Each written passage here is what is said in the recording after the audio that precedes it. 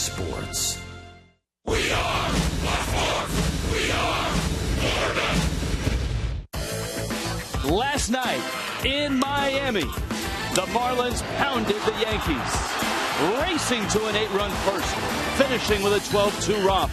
Tonight, it's New York, Yankee Stadium, the Bronx, steeped in Yankee lore, littered with legends who wore the pinstripes. It's Marlins, it's Yankees, much respect.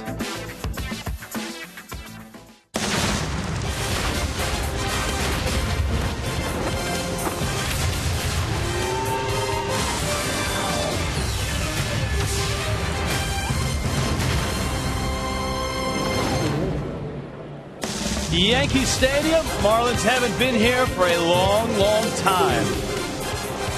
2 wins over the Yankees in Miami. The scene shifts to New York. And boy, what an iconic look inside. Of course, it's the new Yankee Stadium. But for many of the Marlins, this is a special night. Hi, everybody. Rich Waltz along with Tommy Hutton. Just walking into this place, you can feel the history. You can feel the tradition. Imagine what it's like for Giancarlo Stanton, Derek Dietrich, JT Realmuto, all the young players who've never been here before. Christian Yelich, on and on. So many have never been here. I was trying to get my bearings to kind of find out where the old stadium used to be. We figured it out. It's really impressive when you step into this place. The Marlins are showing signs of life. They've won 5 of their last 6, including series, 6 of their last 8 series. To do it, you need good starting pitching. And even with all the pitchers on the disabled list, the Marlins are getting it done. It is something we have talked about a lot. When you put together good starting pitching, you're able to put together a few streaks. If you see what the Marlins have done their last 6 games, the starters have been the story. David Phelps, Jose Urena, Matt Latos coming off the DL. Dan Herron's been kind of the glue, the veteran who's helped all these guys. And Tom Kohler, what a start he had the other night against the Yankees. And the youngest of those starters gets the ball here tonight. Jose Urena will be facing the Yankees. Will the kid have some nerves? Well, we're about to find out. It's Miami. It's New York. Hey, it's Yankee Stadium. Great to be here.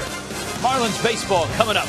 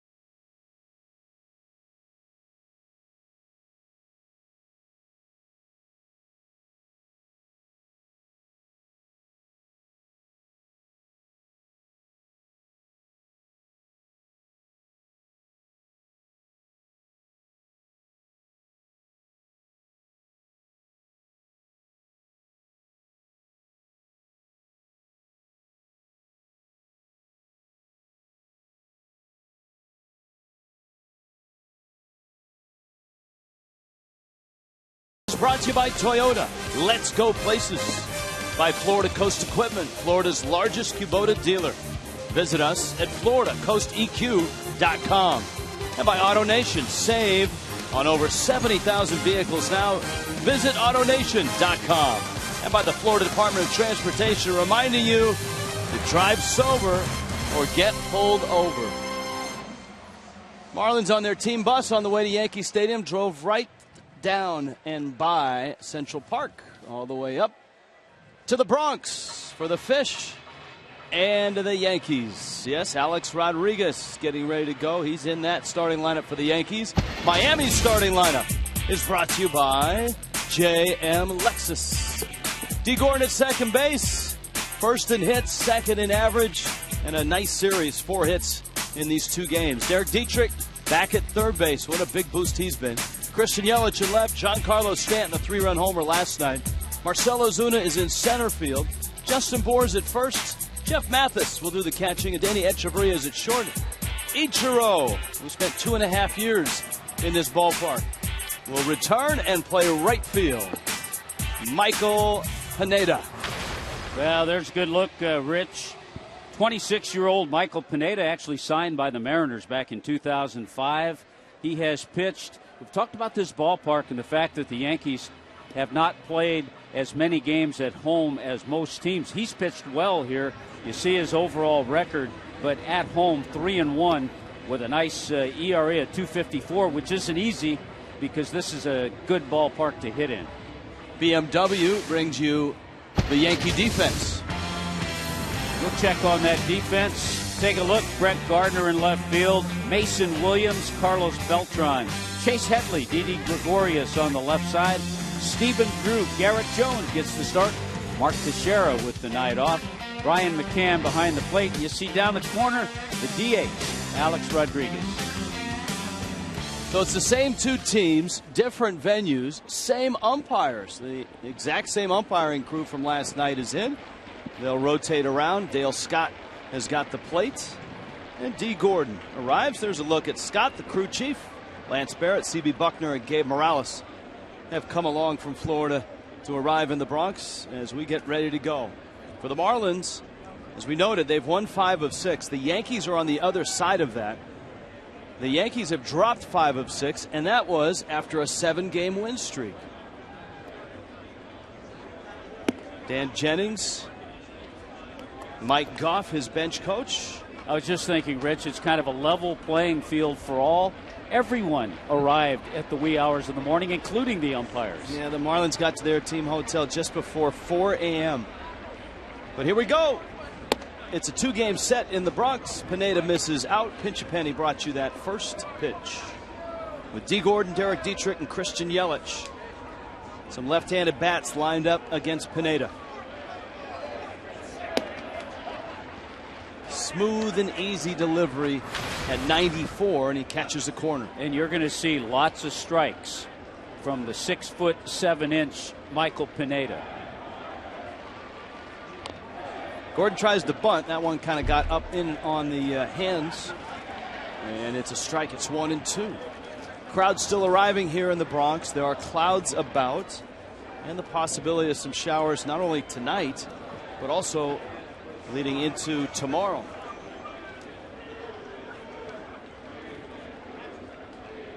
One-two. And Gordon takes down low. For the Marlins, a terrific night last night. Up and down the lineup, lots of gaudy numbers. Gordon included. He had 3 hits, scored 2 runs, and knocked 1 in. And a lot of those gaudy numbers in the first inning. I'm not sure what that was. D. Gordon seemed to drop the bat, either to attempt to bunt. No, he wasn't attempting to bunt because he just put it in the other hand. Don't know what he was doing at all. And it was called strike 3 on a breaking ball. Boy, that's curious.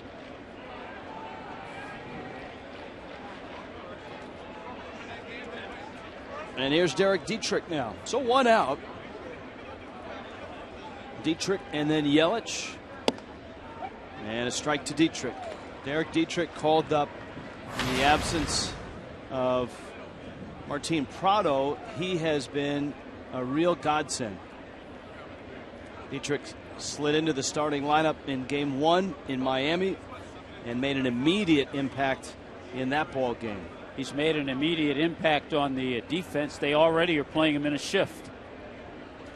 Yeah, outfield to left center, infield to the right side.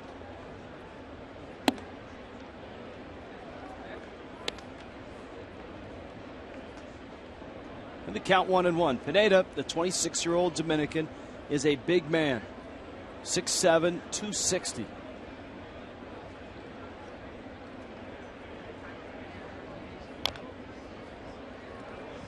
And just about everything he throws moves. A lot of movement. There it is, 6'7", 260. From the Dominican Republic, came over in that trade. The Mariners acquiring Jesus Montero, and that just never worked out for Seattle. No, it didn't. Montero long struggling to get the bat going. And Dietrich swings and misses and strikes out. And you know what? For a while it didn't work out for the Yankees, because when Pineda arrived, he arrived with a sore shoulder and it turned into a torn labrum. Had surgery and missed all of 2012 and 13. No problem arriving with a hard fastball there to strike out Derek Dietrich. Yeah, he can really pitch. There's no question about it. Last year, 13 starts. His ERA was under 2. And Yelich takes a strike. Looked like a cut fastball. Yeah, he cuts it. You'll see the velocity. He goes up. We saw him do that with Dietrich. Working with Brian McCann.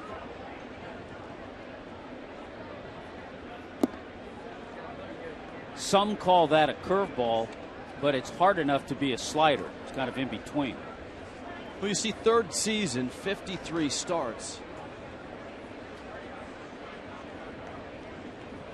His first season in the big leagues, 2011 in Seattle. And some thought he and King Felix would be paired together for a long time. But Seattle coveted offense. They were a run challenge team at the time, and they made the deal for Montero. 1-2.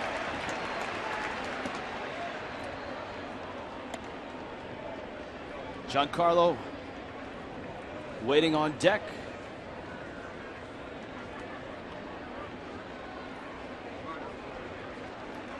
Two and two to Christian Yelich.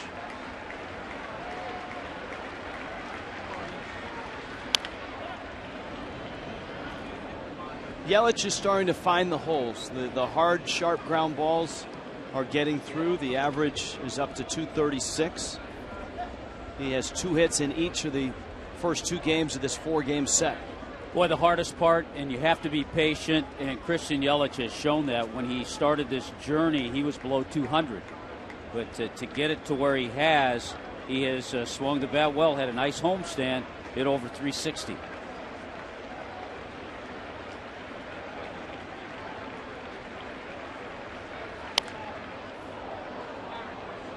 Talking to Frank Menechino today about Yelich and his nice resurgence here. He's very proud of the fact that Yelich, for such a young player, able to find his way out of it. And a lot of it has to do with, just don't worry about the numbers. Don't worry about the average. Put together a good at bat every time out. And Yelich has been doing that. Pitch is in. And as we've talked about, probably for the first time, Christian Yelich has had to work out of something like this. He's gone full. He should get a pretty good pitch to hit with Stanton on deck.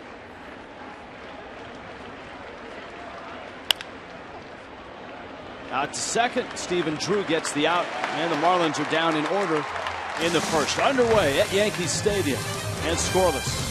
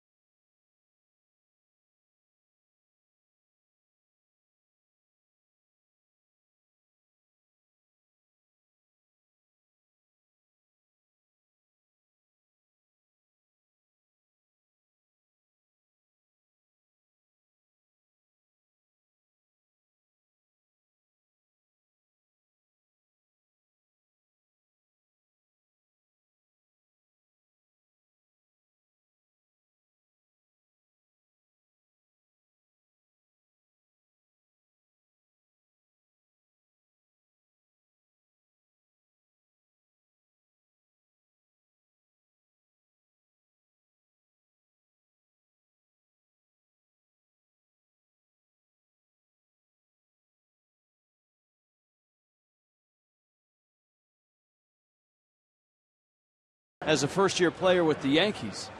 Yeah, Monument Park is out there in center field. Those are the retired numbers up on the wall, and the retired numbers are out with the monuments as well. JM Lexus brings you the Yankees lineup. Brett Gardner's in left, Chase Headley's at third base, Brian McCann will do the catching, and Alex Rodriguez, who did not start, had one pinch hitting appearance down in Miami in the cleanup spot at DH. Former Marlin Garrett Jones, Carlos Beltran, D.D. Gregorius, Stephen Drew, and Mason Williams. Well, quite a task for the 23-year-old Jose Urena. But his last 3 starts, he's pitched very well. His last start in particular, 6 hits and a run, no walks in 6 2/3 innings to the Colorado Rockies, a good hitting team.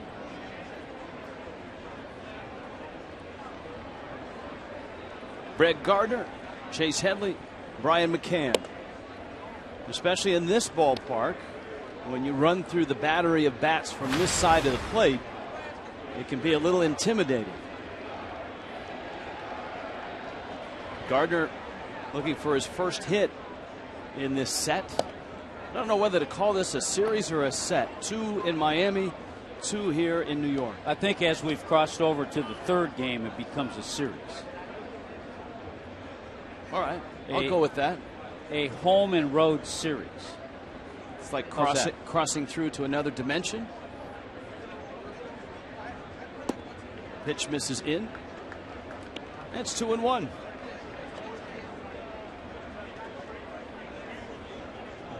Joe Girardi. The last time the Marlins played the Yankees here in the Bronx, Joe Girardi was managing the Marlins. It was 2006, obviously in the old ballpark. D. Gordon has that ground ball. Gardner now 0 for 8 in this series. All right, let's take a look at the defense brought to you by BMW. Yelich, Ozuna, and Ichiro in the outfield. Dietrich and Echeverria, D. Gordon, and Justin Bohr. Jeff Mathis will be behind the plate, and Giancarlo the DH. JT Realmuto is fine. Certainly available if the club needs him, if DJ needs him to pinch hit. And the pairing of Jeff Mathis with the youngster, Jose Urena, is something that also, I think, factored in Dan Jennings' decision. Now one pulled foul. In this environment especially. You know, I got to thinking, Rich, with Urena starting this game, and you mentioned the last time the Marlins were here. It was in 2006. It was the Major League debut of a Venezuelan, not a Dominican. Urena is from the Dominican, Anibal Sanchez, in old Yankee Stadium. Ouch. Chase Headley gets hit. And he's on his way. Well, not yet is he on his way to first. No way to get out of the way of that breaking ball that came down and in. Headley's up. Man walking. Can't move the feet. But at 22 years old, in June of 06, Anibal Sanchez made his Major League debut. Now, it's not the debut of Urena, but it's his first start in this environment. And Sanchez went 5 2/3, 7 hits, no runs. And the Marlins won that game 5-0. Now, you and I watched that game. How many times did we see Miguel Cabrera go to the mound, because they're both from the same hometown, Maracay, Venezuela? Miggy was right by his side the whole way. Now McCann.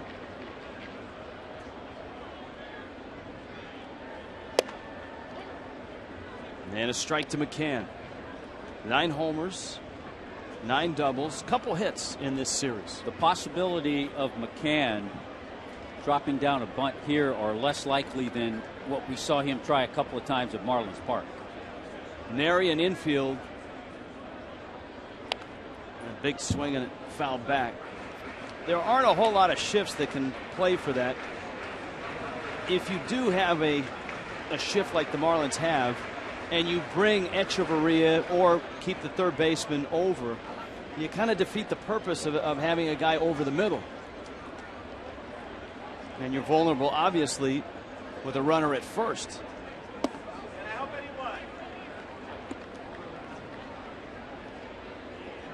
1-2. And the reason I say that, a lot more friendlier confines to hit the ball here than at Marlins Park. And I think I mentioned 7 of McCann's 9 home runs have been here. 2 balls and 2 strikes. You would think that when Brian McCann decided to come to New York, that the friendly confines and that right field porch had something to do with it. 2-2 coming. Chopper, nice play there by Bohr. Fires to second, and it's not in time to get Headley. Justin Bohr went up to get it. He gets the out, and it will bring Alex Rodriguez up. Well, a good job. The big man gets up, shows some nice leaping ability. A good effort, but a good jump from first base by Headley. He sticks that left foot out, stays on the bag. I like the way Echeverria stayed down there with the tag, just in case. In this age of replay, every infielder that makes a tag stays on it. Now A-Rod 0 for 1 down in Miami. It was a dramatic at bat. Remember the end of game 1. The Marlins won that game 2-1.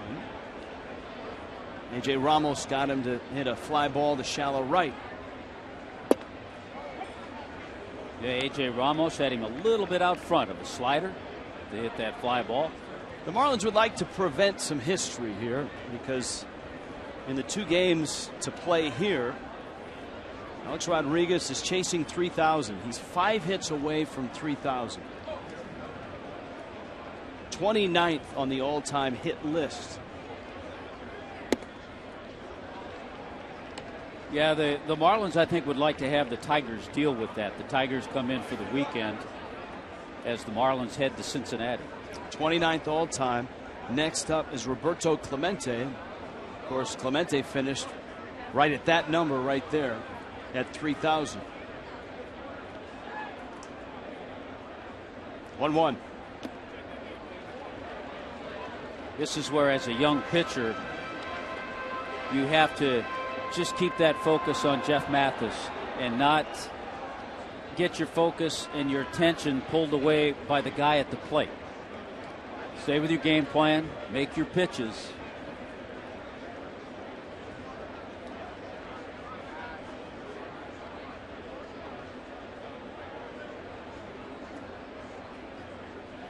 Two-one pitch. Right back up the box and into center field. A base hit, and that will score Headley. And Alex Rodriguez is 4 hits away from 3,000, and the Yankees have a 1-0 lead.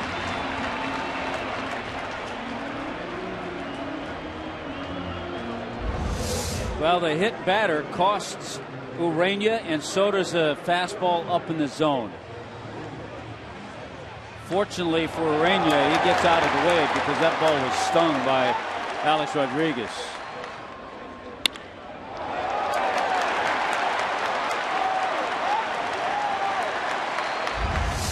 Headley showing no effect of the ball that hit him in the leg. Garrett Jones now. There you go, 4 away from 3,000.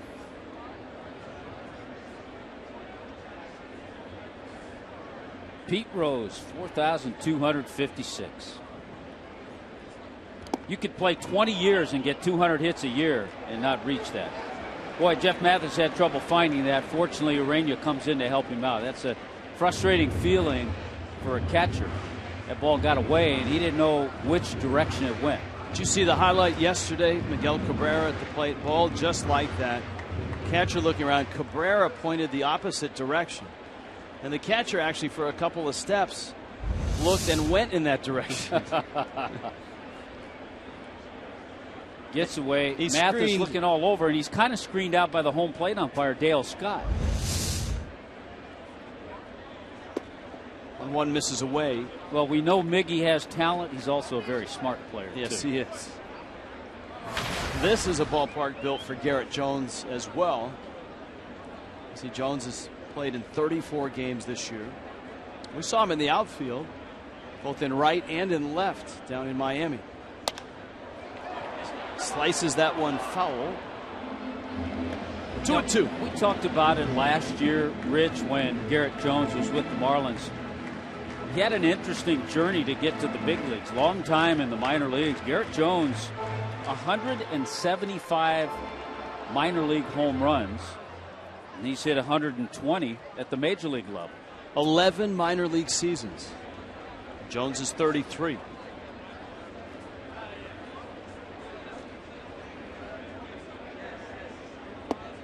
And a good pitch. breaking ball, and Urena gets out of the first.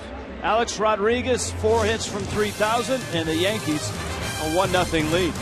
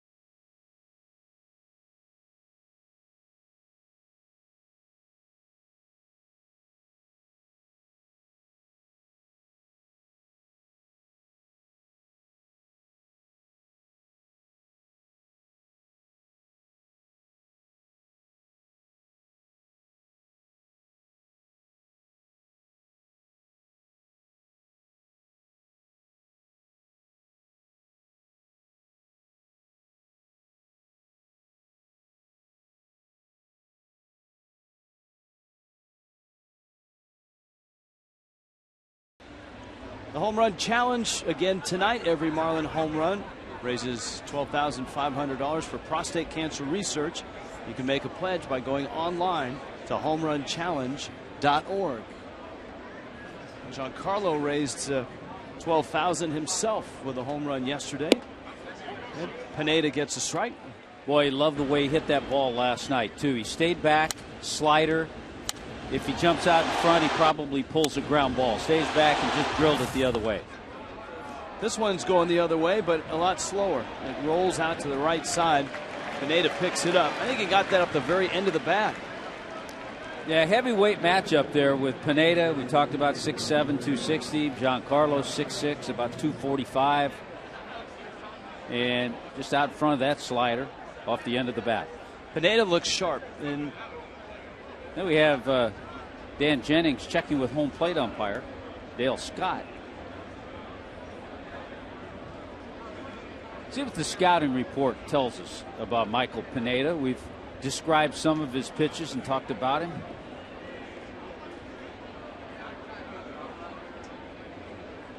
Well, he certainly is a guy, an imposing figure out there, as you noted, at 6'7". You know, sometimes you have to wait just a pitch for that scouting report. He is aggressive. A lot of strikes. The ball sinks, it cuts. He will throw a few changeups.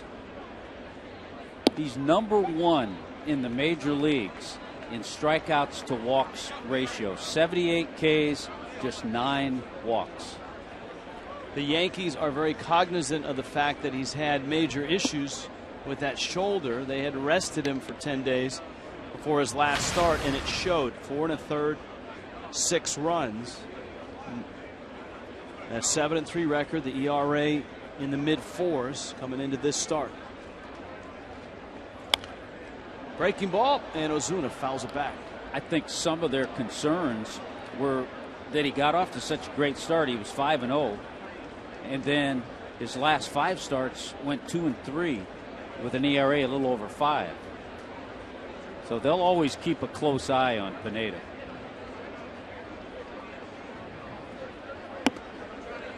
That would be a high fastball. Justin Bour also due up this inning. Marlins will see another big man, actually a bigger man. Yeah. In CC Sabathia tomorrow night. Ozuna swings and misses. It's 3 strikeouts already for Pineda. Whether it's a family celebration, networking event, fundraiser for your organization, or just you and the neighbors coming down. Your next group at Marlins Park, you come get your own suite. You've got all new food and beverage options, including VIP groups, all-you-can-eat seats, and, of course, the new Clevelander Sunday brunch with the $5 mimosas. 1-877-MARLINS, or go to marlins.com/groups. Or takes a fastball up, no swing on the appeal.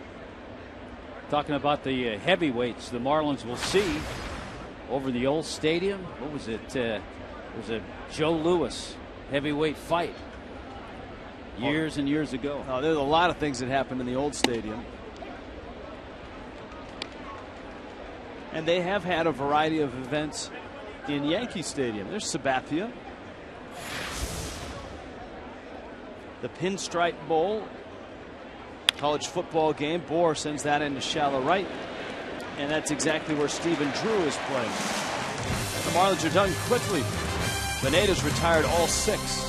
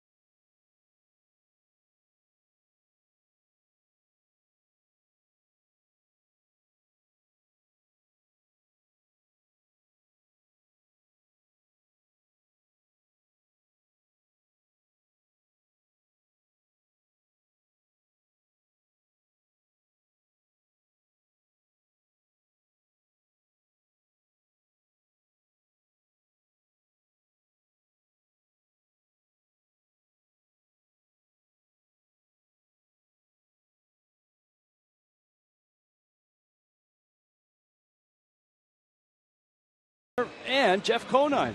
He's a good-looking kid, too. Yeah, but he's got to buy his kid a cap. His son, without the cap, Griffin Conine, is headed to Duke to play baseball. Thursday, Major League Baseball returns to Fox Sports 1. Interleague matchup, Brewers and Royals. Coverage begins 8 Eastern, only on Fox Sports 1, and it streams live on Fox Sports Go.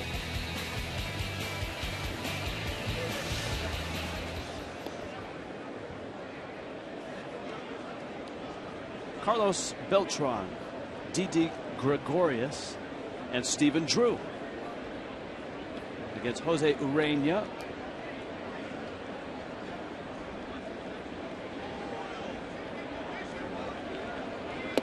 Not quite to the extent of Matt Diaz, but we've been bombarded a bit with questions about the pronunciation of Urena because he does not have the tilde over the N. That's a Bolton to right.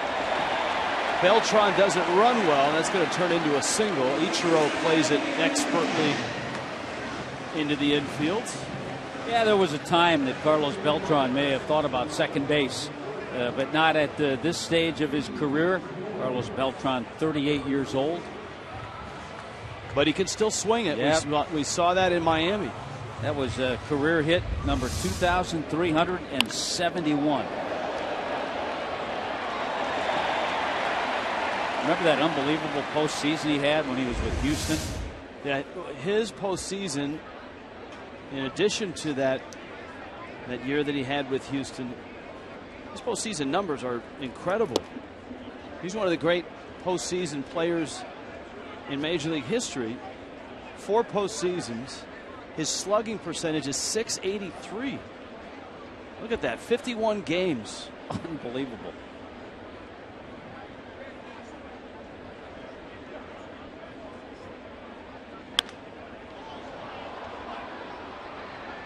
Yelich ventures in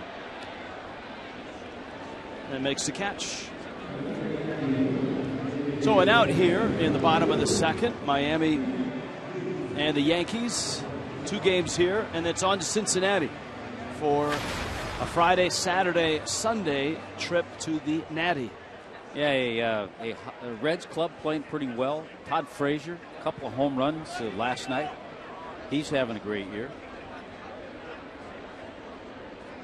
Stephen Drew. So we know there's no tilde over the N, but he still pronounces it Urania. So we have Urania and Pineda. Yes. Got to try to be precise. And if we needed any help, we would go next door and ask Paul Olden, who is the public address voice here at Yankee Stadium, our old friend, longtime Major League radio broadcaster. Fastball's up, and it's 2-0. There you go. Know what the tilde or the NYA, the little squiggly line that goes over the end. But the one thing Urania's had is consistency. Last 3 starts, he's gone 6 or more innings and given up 3 earned runs or less. And one of the things that really impressed Chuck Hernandez is 2 of those starts were against the same team, and that's hard to do. Back-to-back starts against the same team. And he did that against Colorado, and combined he went almost 13 innings and gave up just 2 runs. He said he really showed him something, because as a youngster he was able to adjust to a Rockies lineup that is loaded with thunder.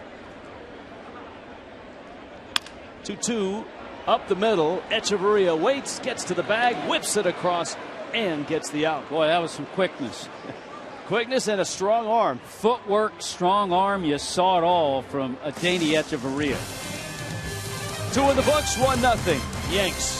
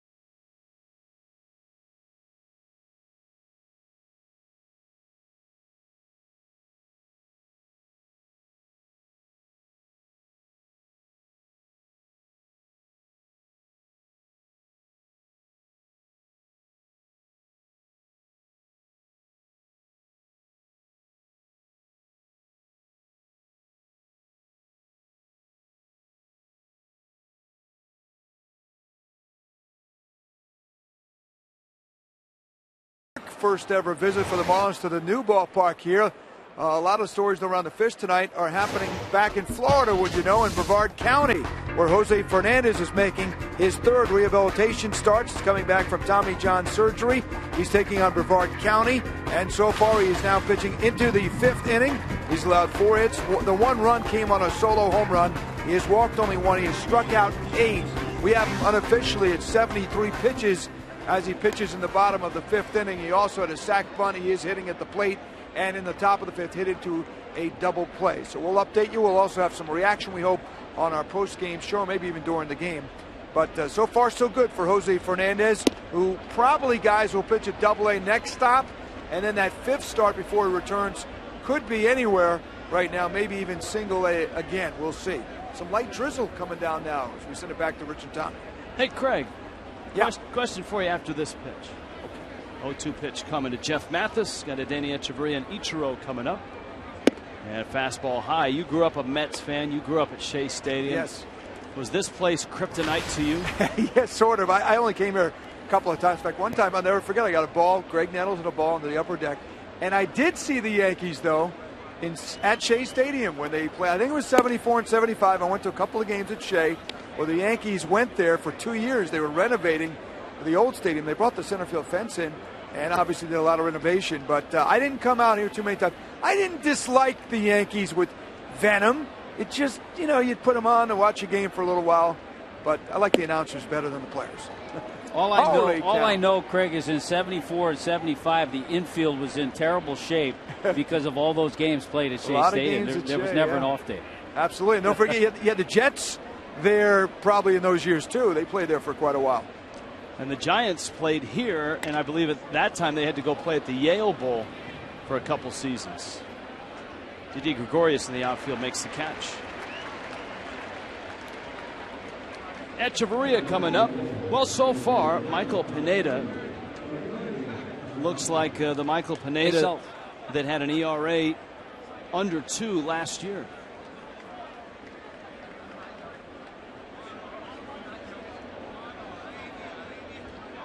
Echeverria, an outstanding series with the glove and with the bat down in Miami. He was 4 for 8, drove in 3. Yesterday, a 2-run triple was kind of the capping shot that really sent Nathan Eovaldi spiraling downward. Marlins facing their former teammate, and Eovaldi would last just 2/3 of an inning, give up 8 runs on 9 hits. Yeah, you talked about the big hit that Ozuna got in that inning. Those 2 were probably the biggest.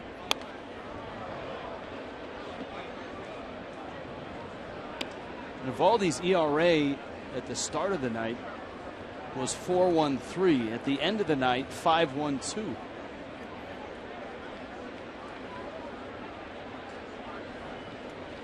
Frank Menachino counseling the hitters after the first time through against Pineda.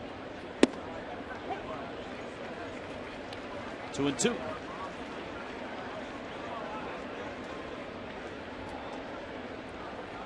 Danny Echeverria just out of the top 10 in hits in the National League. Of course, D. Gordon tops that list with 96 by quite a margin. So just a couple of hits out of the top 10 is Echeverria.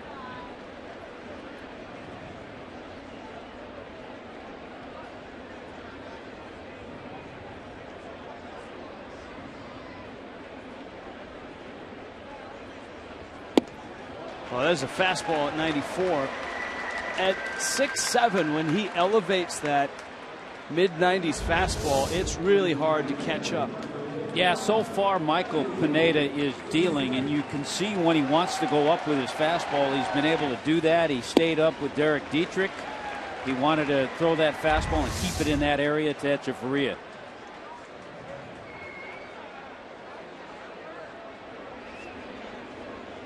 Ichiro now. And Ichiro takes a strike. Ichiro enjoyed his 2.5 years here in the Bronx. Very complimentary of the fields, the ballpark, and his experience here.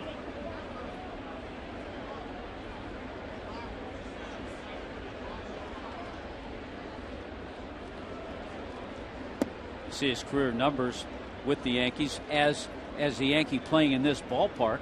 You would expect, yeah, he was over 300 overall in his time with the Yankees. 281.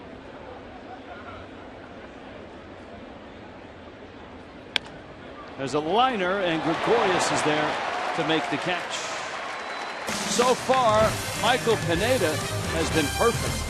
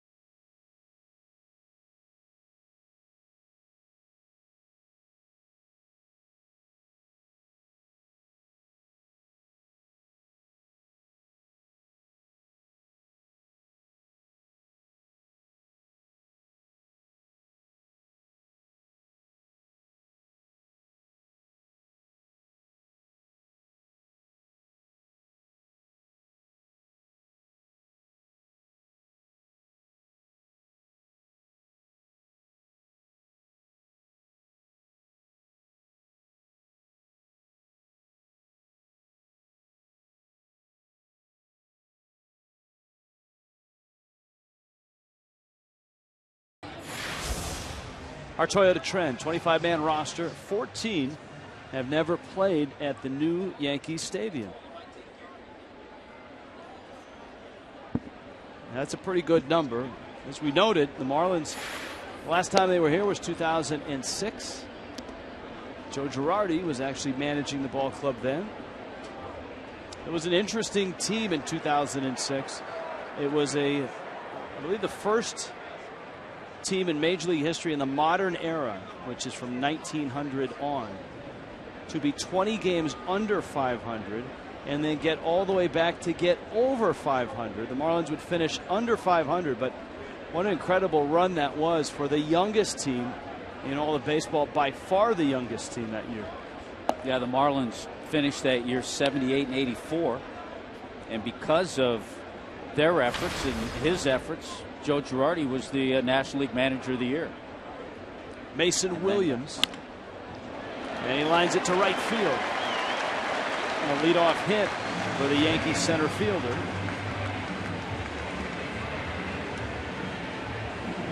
Brings up Brett Gardner. You've got Chase Headley right behind him. So the Yankees have had at least one base runner every inning. All singles so far against Urania.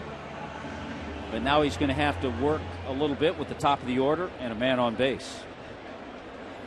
Everybody in baseball is doing this two-game two-step where you play two and then shift cities and play two more. And it's East versus East. Marlins and Yankees. Phillies and Baltimore are tied 1-1 in the fourth. I wonder how Jeff Francoeur feels this morning. Poor Francoeur volunteered to pitch and ended up having to go 2 innings and really extend himself to the point of angering Chase Utley, who was angry at the Phillies coaching staff for not having a reliever up to bring in for Francoeur. Yeah, that was a crazy game. We talked about it a little bit last night. A 19-3 win for the Orioles. The Orioles hit a franchise record 8 home runs in that game. And no, Francoeur is not in the lineup tonight. If you think about the American League East, people think about rivalry, Yankees, Red Sox. the upstart Rays and their success, Baltimore's resurgence, Toronto's powerful lineup. But think about the home runs and the type of ballparks that the teams have. I mean, Baltimore has yielded almost as many home runs as any ballpark. You've got Toronto, the Marlins know, having seen it, and you were a broadcaster and a player there. That is a great hitter's environment. Think about the American League East. You've just talked about two of them. You have here, right, and then Fenway, which is unique, but certainly in the right places, a very friendly hitter's park. Absolutely. I guess the Rays would be the lone outlier there. Yeah, you could probably say the Trop is, I mean, it's not a bad ballpark to hit in. It's probably fair. It's a fair ballpark to hit in.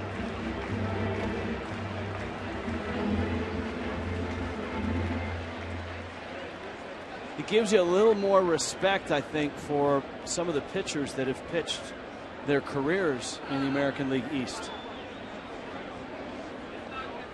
Mike Mussina, especially facing lefties in this ballpark. Pedro Martinez in Boston. Some of those Toronto guys that you're so familiar with. There's the East standings coming in. The Rays keep surprising a lot of people. They're 6 over and 1 up. Baltimore and Toronto are 2 back, with Boston 10 under and 8 back. Counts 1-2. Mason Williams, the runner at first. And Urena with that sinking two-seamer misses away. There are a lot of people, Rich, that feel, and it's a great argument, a great topic of discussion. You mentioned Mike Mussina. 270 wins, just 153 losses in his entire career in the American League East. Soft fly ball to left, and Yelich is over, and he makes the catch. So an out here in the third. This copyrighted telecast presented by the authority of the Marlins may not be reproduced or retransmitted in any form, and the accounts and descriptions of this game may not be disseminated without the express written consent of the Miami Marlins. And the exclamation point to the career of Mike Mussina, at the age of 39, his last year, he won 20 games. His only 20-win season. But, man, you could book him for 15, 16 wins or more just about every year. The bar for the Hall of Fame is changing. It should for pitchers. Fewer starts than 20 years ago. Fewer opportunities to accumulate 300 wins. I think we saw that with Pedro Martinez and his... He burned so bright, but not long enough to get 300 wins. Does Mussina qualify in that sense? I mean, he's really close, and you hear a lot of discussions where he's included. Pedro, 219 wins and only 100 losses, but had just the incredible run, the Sandy Koufax type run.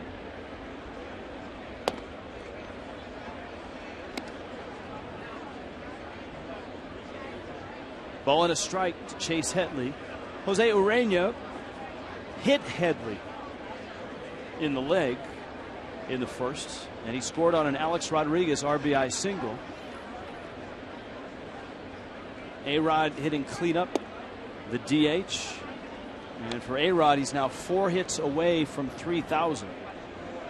Yeah, the Yankees, of course, knowing this is the first visit of the Marlins to this stadium, they had an interesting note in their notes. In team's first appearance here against the Yankees are 21-5. Oh, Echeverria, and guess who hit it? Chase Headley hit it. He did it twice in the same night, and Headley has to be saying to himself, I don't ever want to see Adeiny Echeverria again. The guys in the dugout are going to start telling Chase Headley, pick on somebody else. Boy, another fantastic acrobatic play. Headley thought he had a base hit up the middle.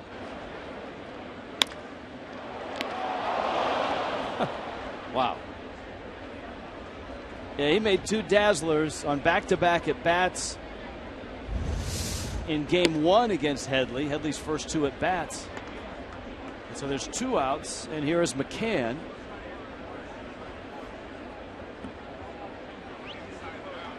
If Chase Headley, but he was because he was in the National League a little bit.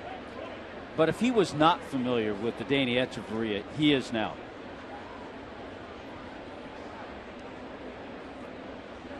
And so should the rest of Major League Baseball. Be aware of a Danny Echeverria. I think that's starting to happen.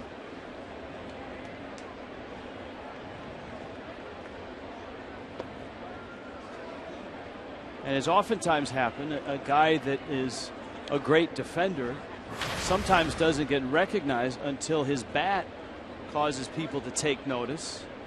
And oh, by the way, he's an incredible defensive player. Believe it or not, that was the case with Ozzie Smith. There's a 1-1. When Ozzie Smith was with the Padres, he did 220, 230, still spectacular in the field. Once he got to St. Louis, Whitey Herzog made a few little deals with him. They worked on his hitting, and then all of a sudden his hitting came up, and then people were certainly more aware of Ozzie Smith.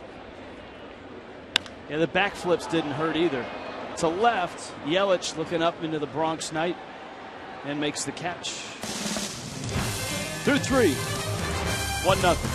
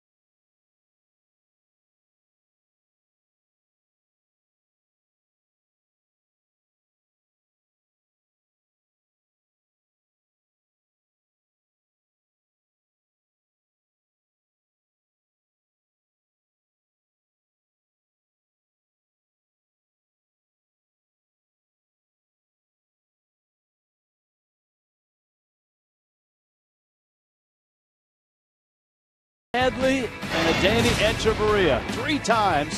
Here's our Randi Vision Cam. Yeah, these are the other night in Miami. A dive in the hole, a leaping grab. I swear he got up about 12 feet to pull that one down. And then tonight, Headley thinks he has him figured out. Nah, you're not going to get it by Echeverria. Top of the order, second time through against Michael Pineda. D. Gordon swings and fouls it at the plate. Gordon, Derek Dietrich, and Christian Yelich. Gordon struck out back in the first in a real curious third strike in which Gordon literally, well, he didn't drop it on the ground, but he dropped his bat down and took a breaking ball for strike 3. See, we've seen D. Gordon on a few occasions try to bunt with 2 strikes. So as soon as he moved the bat, you kind of thought maybe that's what he was doing. But no, he just dropped the bat completely.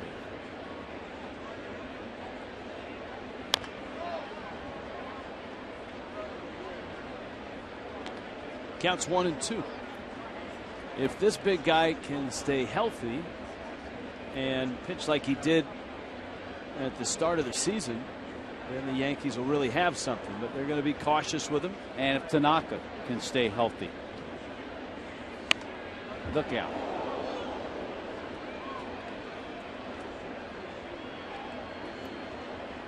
You noted, Rich, during batting practice, you and I were down on the field, Yankee Stadium, one of the ballparks.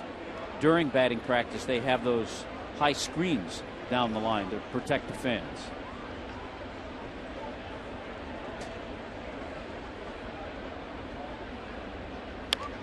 It's off his foot, yes, from dugout down the line. Little temporary nets that they put up for batting practice, because batting practice, a lot of fans come down, try to get players' autographs. They hang out down on the rail or down on the wall. That's a really dangerous area, and we've talked about this over the last couple of weeks after the incident in Boston. It's one of the things the commissioner talked about the other day, and he said it is his understanding that it's each ball club's choice whether to put additional screening up or not. It's not a league issue, and thus if a team or an organization felt that it was in the fans' best interest to raise a net, a 10-foot net or so, from the end of the backstop screen around the back of the dugout and down the line to protect fans from line drive foul balls or broken bats, a team could do that. It'll be interesting to see if there is a team that will do that. Derek Dietrich takes a strike, and it's 0-1. You know, Pineda continues to make excellent pitches. 5 strikeouts. Remember, he worked Dietrich up with hard stuff his first time at bat. Got jammed there. And Drew makes the catch. We check in with Craig Minervini. All right, Rich, thank you very much. Brevard County tonight, Jose Fernandez night is done. And his third rehab start for the Hammerheads, this one against the Brevard County Manatees. And Fernandez had a very successful night. He went 4 2/3 innings, 80 pitches, so he came out because hitting that pitch count at 80. He walked one. He obviously had a lot of pitches there, much due to the 10 strikeouts that he had, including the last 2 that he faced in the game as well. And at the plate, he went 0 for 1, hit it to a double play. He also had a sacrifice bunt. He gave up a home run to Michael Ratui of the Manatees, accounting for the only run, a solo shot. So what's up next? He will pitch on June 22nd. Now, looking at the respective schedules, both AA Jacksonville and AAA New Orleans are off on the 22nd. So you'd have to expect he pitch for Jupiter. They're hosting Port St. Lucie. And then on the 27th, the Marlins have some options. Jacksonville will be home hosting Biloxi. New Orleans is on the road at Iowa. And since the team has said it's not a big deal that he faces AAA, and also Jupiter at Lakeland, I would have to bet he'll go to AA Jacksonville, but we'll see. That's just a guess on the 27th before he returns to the big leagues, assuming everything's well, on July 2nd. All right, Craig, thank you. Yeah, the number of pitches is good. You saw the 10 strikeouts, and boy, everything's on track. And yeah, I would think if he has to pitch that second game, that next one in A ball, because the other 2 teams are off, I would imagine the final tune-up will be in AA. Michael Pineda's gone 3-1 on Yelich. Giancarlo Stanton on deck. Got a feeling, and you know if you're Christian Yelich, and he knows that, and he had a great swing there, a kind of swing you like to see. When you have that 3-1 count and Stanton is standing on deck, you're going to get a decent pitch to hit. He's had success elevating that fastball.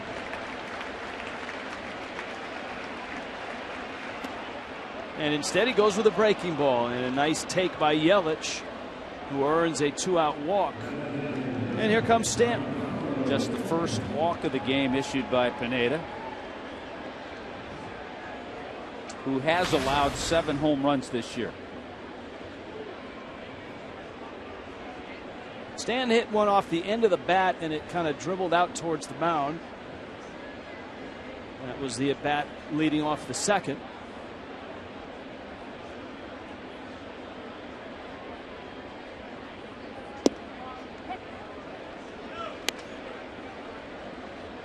Has a home run in 27 of 30 current Major League ballparks. Comiskey, Detroit, Yankee Stadium.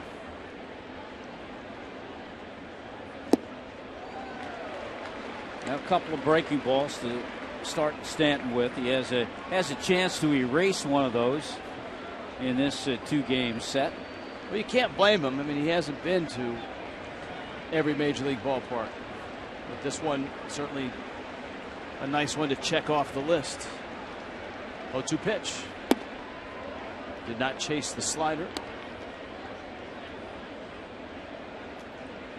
What Pineda had a game earlier this year, back in May, against the Orioles.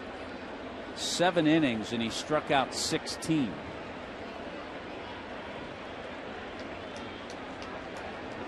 He has that type of stuff. But not a Yankee record. Louisiana Lightning, Ron Guidry had 18 strikeouts in a game. Yeah, we saw that tonight up on the big screen in center field. A variety of Yankee programming before the game, the Yankeeography type stuff. 2-2 to Stanton. He's not swinging at that slider. Good takes. And that's been about 2 weeks now that Stanton's been able to shut that off. And boy, has he just been red hot since. 375 his last 17 games with 11 homers. And Yelich will be on the move. Full count with 2 outs.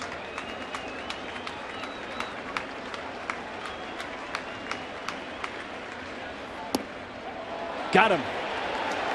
Bent that one in and caught the corner.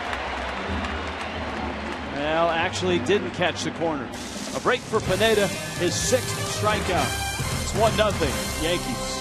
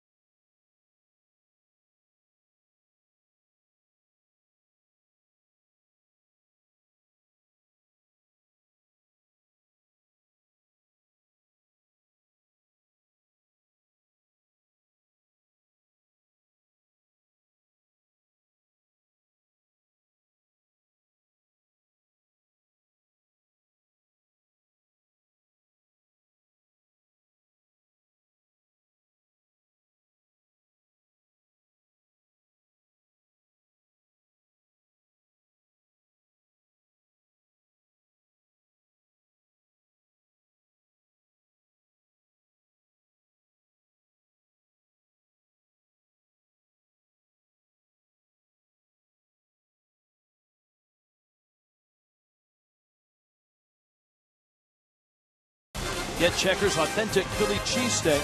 Try the new meatball sub. Pick yours. By Bud Light, stay in the game and drink responsibly. And by Lexus of Pembroke Pines, price, service, selection. You're going to love us. Night falling on the boroughs.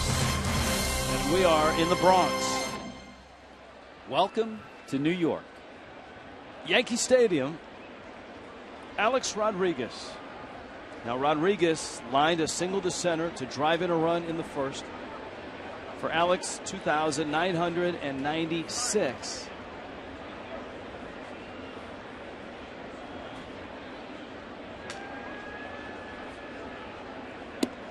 And Jose Urena misses outside with a fastball.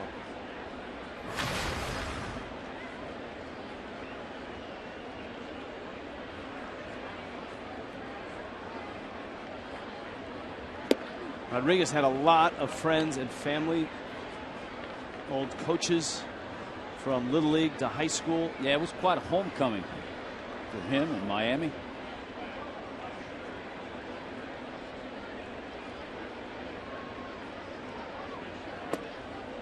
He will turn 40 in late July. But he has shown he can still turn on a fastball. He's got a 2-1 pitch here.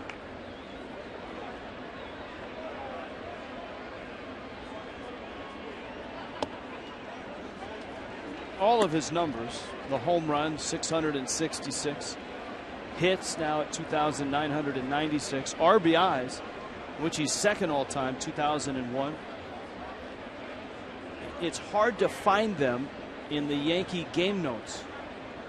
You really have to know what you're looking for to find them. The Yankees, in that the odd relationship that they've got with Alex, are not going out of their way to excessively announce and celebrate the milestones, because there's a contractual difference of opinion and significant money between the organization and Alex Rodriguez.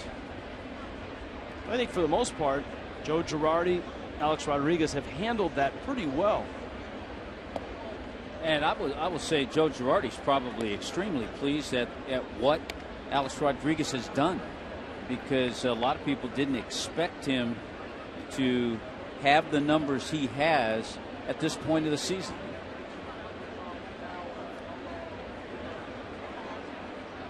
Garrett Jones, slow tapper. Gordon shovels. Echeverria will hold it. And Miami gets just the out at second base. Corona White watch party is tomorrow night. Tommy, Anchor Inn in Lake Worth. Marlins and Yankees, 7:05 game time right here on Fox Sports Florida. You can win tickets to upcoming games. Meet Billy and the Energy team. There'll be prizes raffled off. And, of course, Corona Light specials throughout the game. Go to Marlins.com. As usual, when we get to New York, we see Marlin jerseys, Marlin caps at Citi Field. Hey, speaking of Billy, Billy was all over the city today. Billy was on MLB Network this morning. He was down Times Square.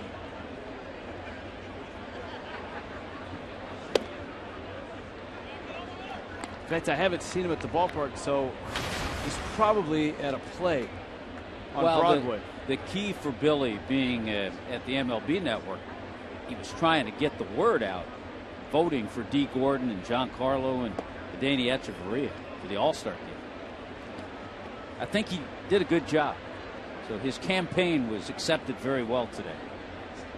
Colton Wong is right on D. Gordon's tail. Danny Echeverria certainly only in voting. Yes. And Danny Echeverria certainly warrants attention for the All-Star game. Carlos Beltran walks.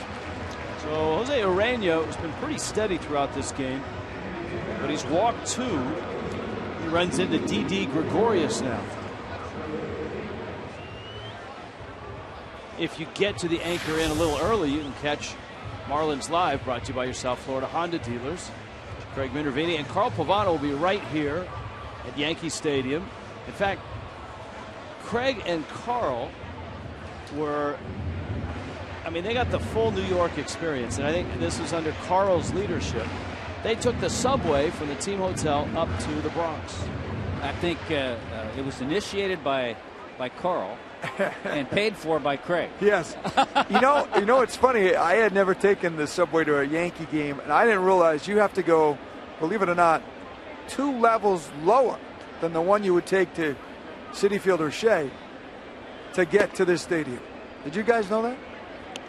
You go down a long way. But it ends up on the correct level. Yeah. Yes, that's right. That's actually surprised me. You're underneath until right as you come out to the stadium. Jam-packed at about 3:15. So you paid for the subway. Carl's paying for dinner. Is that right? He did pick up the big $13 meal here. Justin Bour out there. Echeverria, no throw, and he'll hold on to it. Miami again gets the out at second. That ball hit a little too slowly, especially with Gregorius running. And watching Justin Bour since he's been here, he makes that play as well as any right-handed first baseman. He usually and generally has sure hands and always seems to make a good throw to Echeverria at second base. Yeah, there's really not a chance for two there with Gregorius the runner. Stephen Drew with runners at the corners.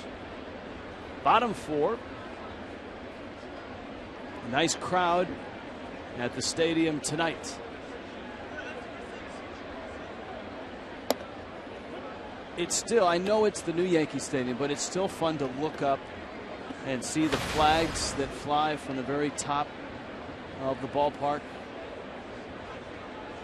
Kind of an old-fashioned touch. That frieze is what they call it. It looks like picket fence railing up along the top of the ballpark. Yeah, that's Yankee Stadium.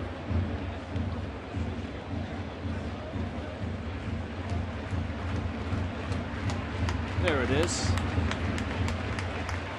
I always wondered what that was called. Yeah, it's freeze, not like Mr. Freeze or Frosty Freeze, but it's the first time I'd heard that word used for that. Here's the 1-1. Not quite the command in this one tonight that we've seen Urena have with that changeup and with the slider. To the Yankees' credit, they've been patient. The Rockies, I think, at times chase that pitch, that changeup, and you see the splits there. They're a little different with the splits in command than in his outing against Colorado. As well, his pitch count right now at 63, and he's got 2 outs here in the 4th inning. He's managed things because it's still just a 1-0 game. Yeah, he's got a guy at the plate that doesn't have a big average, but he does have power and has 9 home runs. He's got a 3-1 pitch coming. Stephen Drew takes away. Mathis had to bust out to get that fastball. And so the bags are loaded. And rookie center fielder Mason Williams, who singled back in the 3rd, is coming up.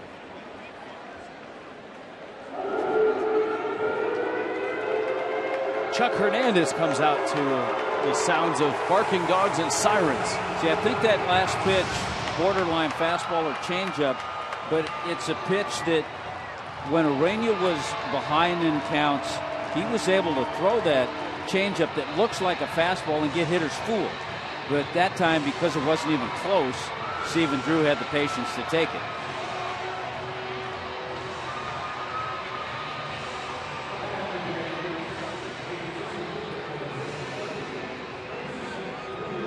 And here's Mason Williams now. Bags are loaded. 2 outs. What would the Babe thought of all that noise? Well, remember the Babe spent a good part of his time not on the field, but in loud saloons and speakeasies and whatever they call those places. Might not have bothered him.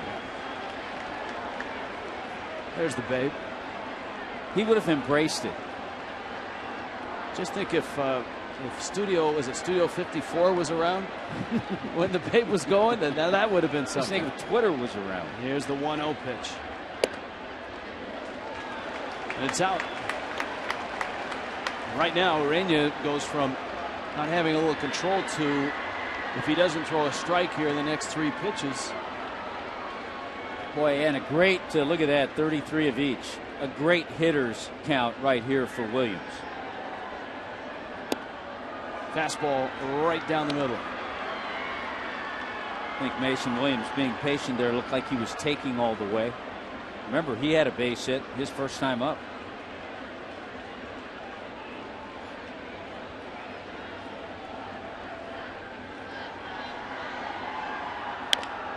And a tapper out towards second. Gordon gets the out, and Urena gets out of it. 3 walks, but no runs. 1-0 Yankees.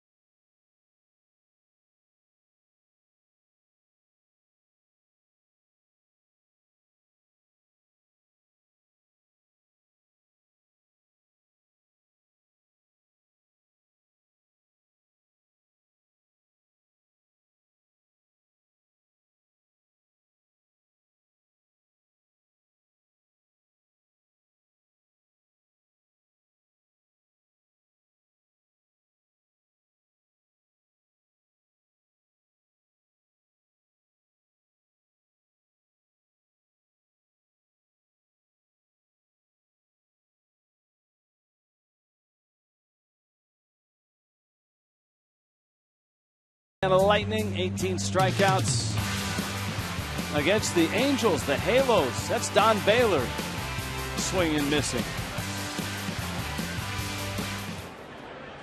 One of the many numbers that is retired here at Yankee Stadium. 1978. American League record for a lefty.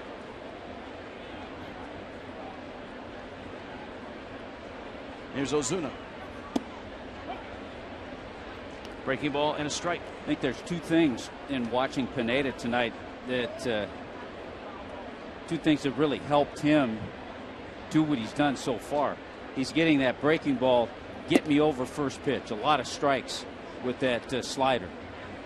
And then you see the movement. There are times that I was told that his fastball doesn't have that cut or sink, and it straightens out, and he's much more hittable.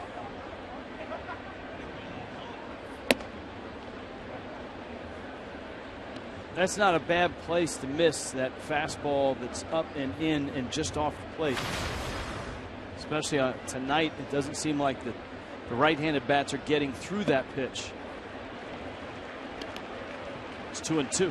That looked like a changeup. He's thrown a few of those, not a lot. That looked like a pretty good one. Justin Bour, Jeff Mathis to follow Ozuna. And what has turned out to be a very nice night here in the Bronx. Then he goes up with the heat. Wow. There's that elevated fastball. 7 strikeouts for the Dominican right-hander. He's unlike most Dominican right-handers, right? A lot of Dominican right-handers, you think of Pedro Martinez, Johnny Cueto. Yeah, you don't think a 6'7", 260. No. Well, he was an all-star 1 year with Seattle back in 2011. Then all the shoulder problems came. Justin Bour takes a breaking ball for a strike. There's that get me over, strike one breaking ball.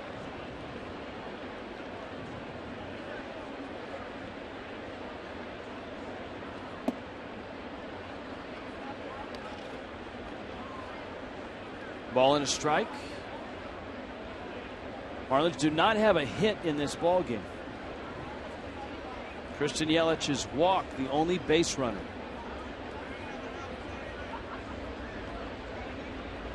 If you're thinking about Pineda throwing a no-hitter, he better economize his pitches here if he wants to go the distance.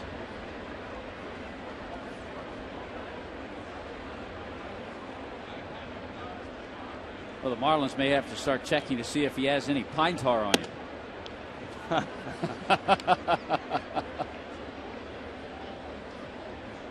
Well, there's that too. I don't know that you need a pine tar on a night like tonight. Not like tonight.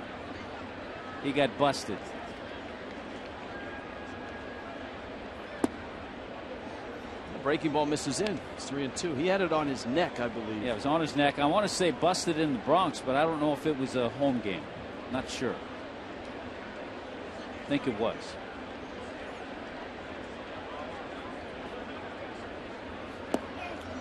And he walked him. So Bour walks. Second base runner. Marlins Park offers a variety of suites located behind home plate and along the first baseline. And those suites can be rented for just one game. Accommodates groups from 16 to 70 guests. Offers upscale contemporary furnishings. Features great food and beverage options. 1-877-MARLINS or go to marlins.com/groups.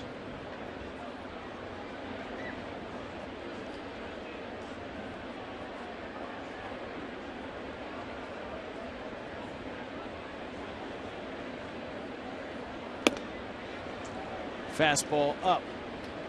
You watch a guy the size, similar size to Pineda, who throws 5-6 miles an hour slower, and Chris Young, and how he gets guys that kind of that stealth fastball that he gets a lot of swings and misses on.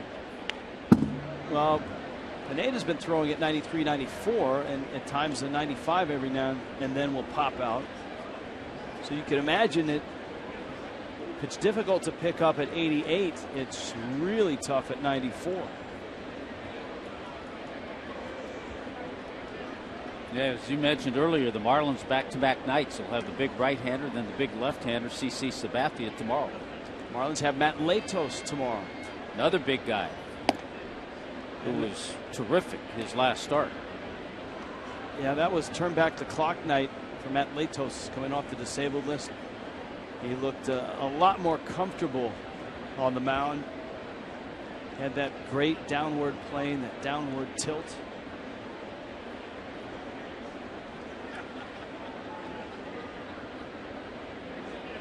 Boers at first. Mathis takes a strike. That's just a beautiful pitch. Not if you're Jeff Mathis.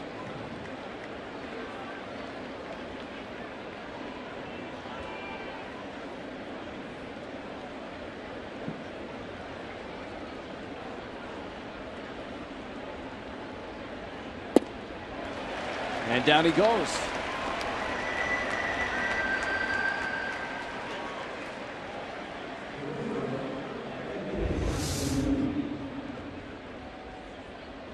See that last minute bite?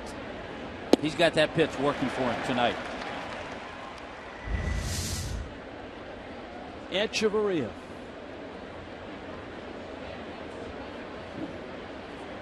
Blue Jays with that series with the Mets shifting north of the border have a 1-0 lead, bottom 5. Echeverria swings and misses. The Mets are at 36-30, first place in the National League East, and it seems like they enjoy that spot. They've played well since getting to first place. Washington is behind them and also behind the Rays in the 6th, 2-0. That game is in D.C. Tampa Bay on top. Atlanta and Boston, and that's down in Atlanta now. It's 1-1 in the 5th. Baltimore 6-1 against the Phillies. That's bottom of the 5th in Philly. Think about if you're a hitter, a power hitter, and you're playing in that series. You get 2 games in Baltimore and 2 games in Philly. Echeverria's bouncer to short. Gregorius goes to second, gets the out. Marlins are done. Michael Pineda is not allowed a hit in this game.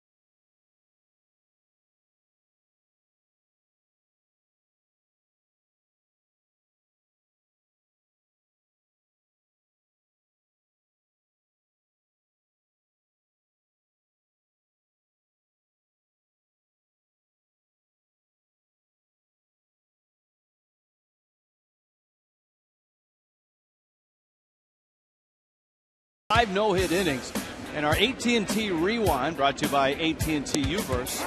On May 10th, 16, Baltimore Orioles went down swinging. 4th time, only the 4th time in Yankees history a 16 or more strikeout game occurred. We saw Ron Guidry with his 18 strikeouts. Who are the other 2? Well, let's see. I think David Cone had a big strikeout game as a Yankee. Just because he's one of our favorites, we got to throw in Al Leiter as a guess.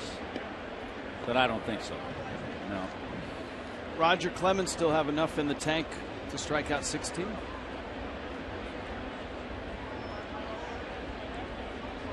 No, we've been told no on Clemens.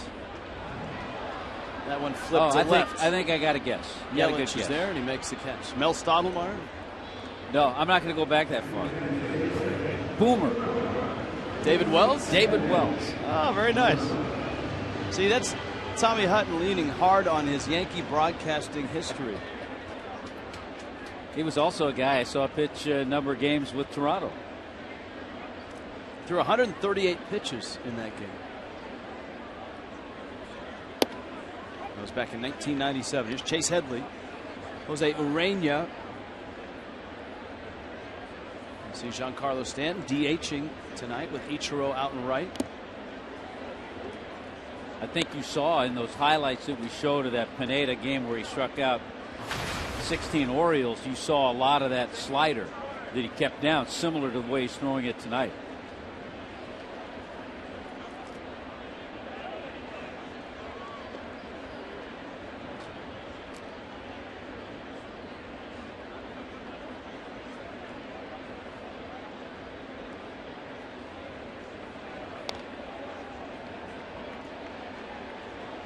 Well, if you're just joining us, the Yankees have a 1-0 lead over the Marlins. Marlins winning both games in Miami convincingly yesterday after a tight 2-1 win on Monday.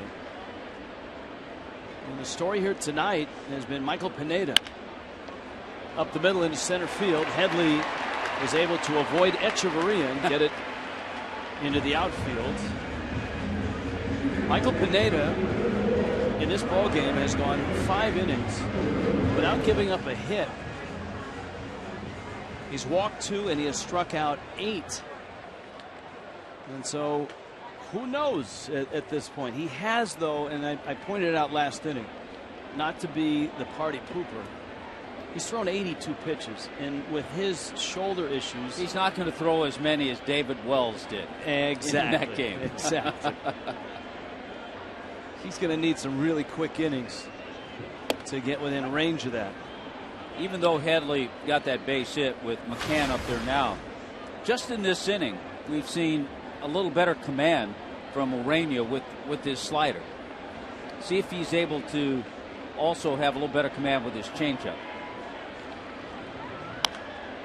It's not often in the big leagues that a pitcher will walk 3 hitters in an inning and not give up a run.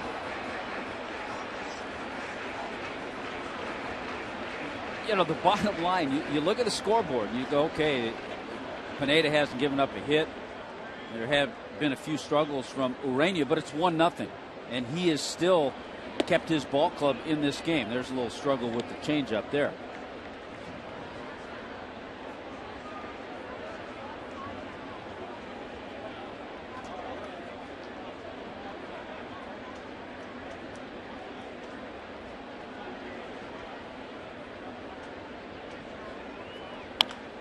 That one pulled into the right field corner, and it's a foul ball. Brian McCann narrowly missing extra bases. Well, you hold your breath for so many years. Marlins fans saw Brian McCann get a lot of big hits against the Fish over the years. We talked about it in Miami. McCann in 126 career games against the Marlins, 21 home runs. That was close. So he's done a lot of damage over the years.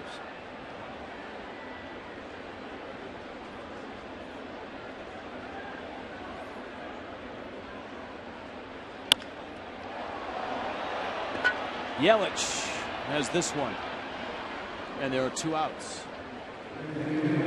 Well, it starts tomorrow. World's greatest converge on the Pacific Northwest, and our coverage of the 115th U.S. Open Championship live from Chambers Bay Golf Course starts at noon Eastern, 9 Pacific on Fox Sports 1. It continues at prime time, 8 Eastern, 5 Pacific on your local Fox station, all streaming live on Fox Sports Go. And the coverage that Fox Sports is ready to unleash on the golf world is quite impressive. Drones, Tommy. The drones, aerial drones.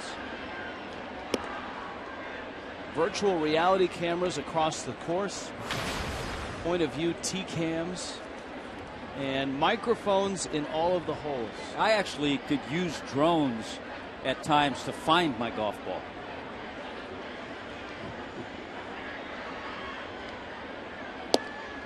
Alex Rodriguez is up. Fox actually has a remote controlled car that is equipped with a camera and can walk viewers along the course for a ground level perspective.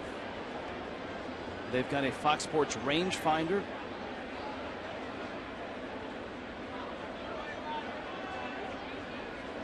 You could use one of those as well. Alex takes away. Alex Rodriguez, RBI single in the first, walked in the fourth.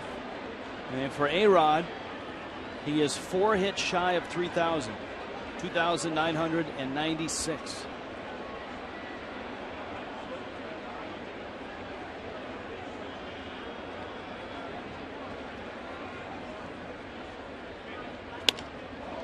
And reaches out and lines this one into center field.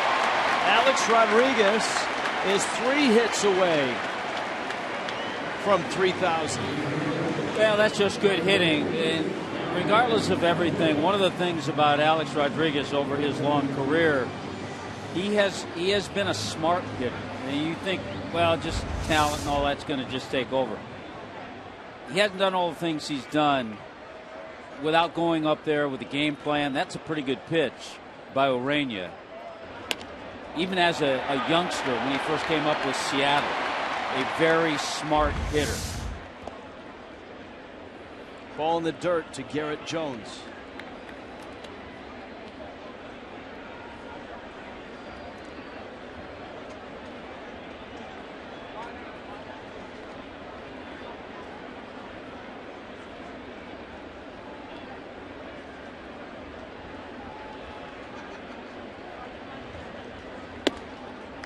Well, certainly that adds a little extra excitement to the rest of this game and tomorrow night's game.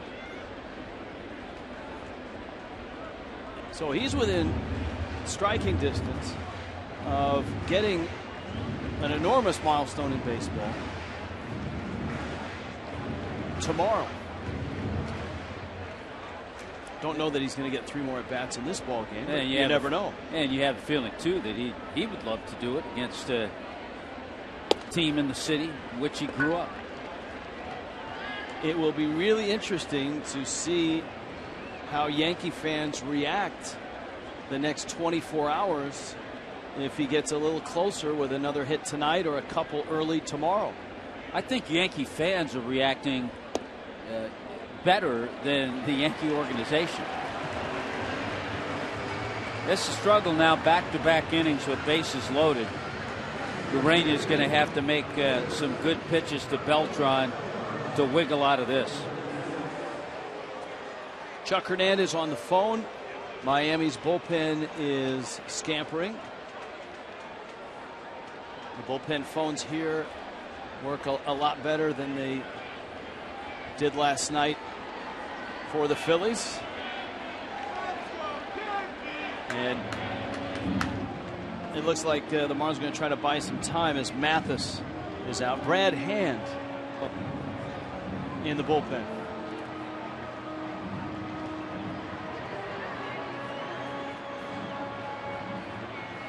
Well, Beltran certainly qualifies in what you just described, an extremely smart hitter. Singled in the second, he walked in the fourth. Well, this guy's been the same over his long career.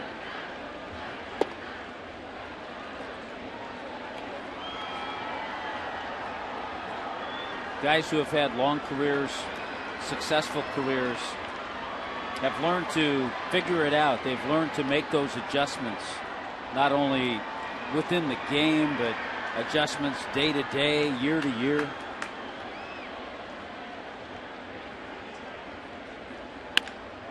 Into center field, that's a base hit. One run scores. Rodriguez coming to the plate, and the throw is going to beat him. He's out at the plate. Marcell Ozuna throws out Alex Rodriguez, but the Yankees get a run. And right now the Marlins are being kept on the field. It looks like the Yankees want to watch this one, as just about every manager will do on a play at the plate.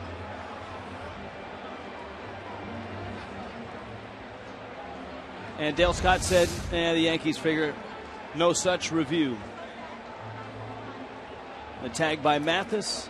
Rodriguez out, but a single by Carlos Beltran. And the wildness of Jose Urena bites him in the fifth.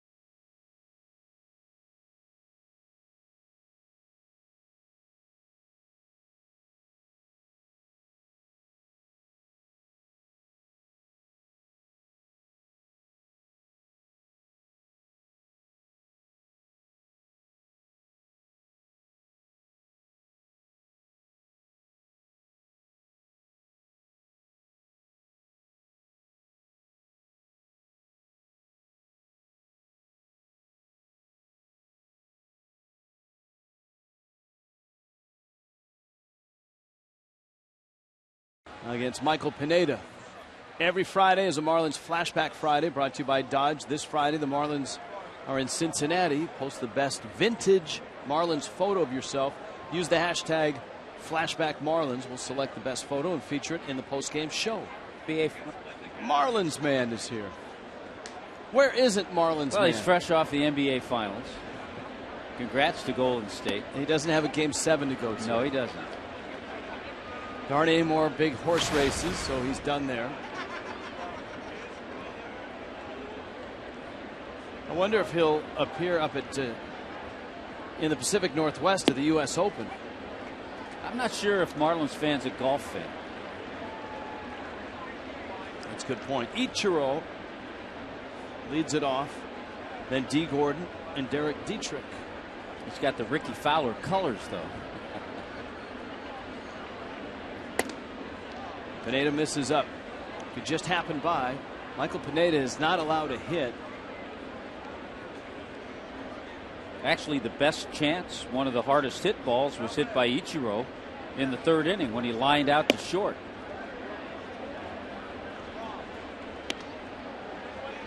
Two balls and two strikes.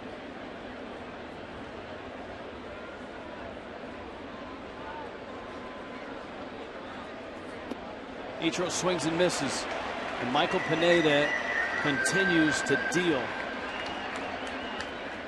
9 strikeouts. He varies speeds a little bit on this breaking ball, and he also buried. So he varies and buried, and got Ichiro to chase that. And a bit odd on a night where it looks like he has his very best stuff. He's actually walked a couple guys, and that's not something he does a lot of at all. He had walked just 9 in 75 innings coming in. So right now he has 87 strikeouts, just 11 walks.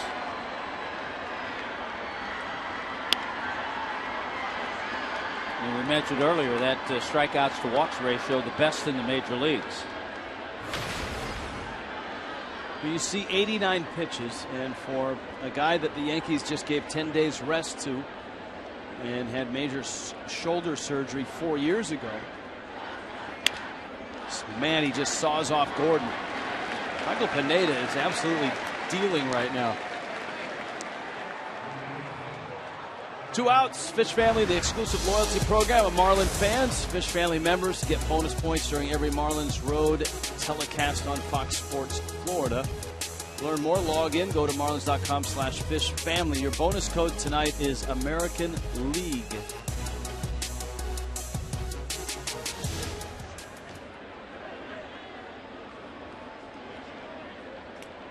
Derek Dietrich has struck out, popped out. It's a 2-0 Yankee lead. 6 hits for the Yankees to go with their 2 runs.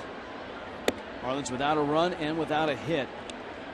There have been plenty of no-hitters pitched in Yankee history. Plenty of them pitched in this ballpark.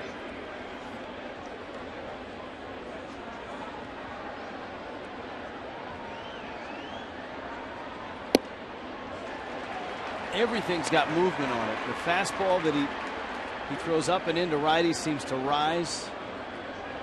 To lefties, it cuts in.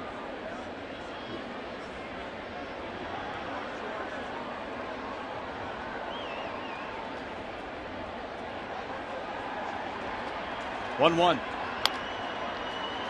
Yeah, you have to wonder, should he retire Christian Yelich if they'll let him go one more inning? Or Dietrich, excuse me. Because, as you talked about the shoulder issues, you know that's going through Joe Girardi's mind right now. 9 strikeouts, 2 walks. I still had Yelich in the number 2 hole. He's on deck.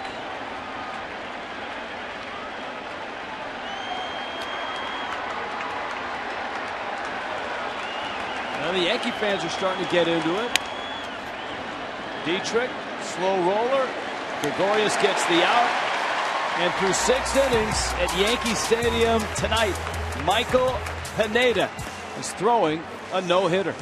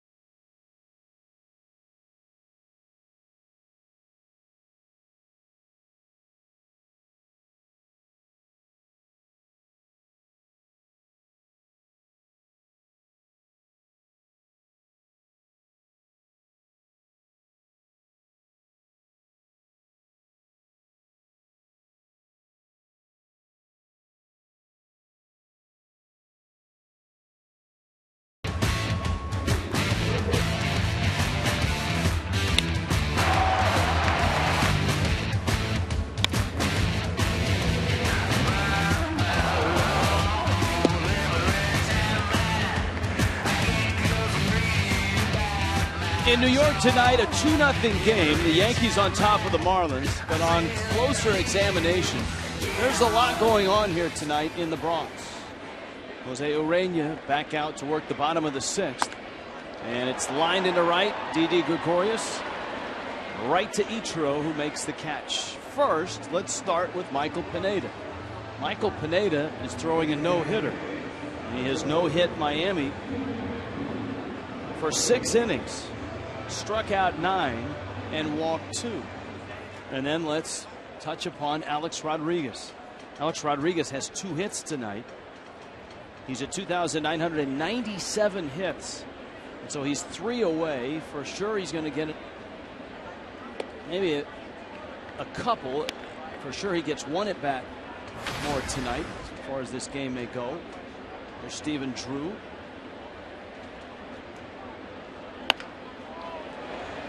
Echeverria. Oh, that had some tricky spin on it. That looked like an easy play because it was a one-hopper. But the way it was hit by Drew, you saw how Echeverria tried to get down and smother it because it was moving down to a knee.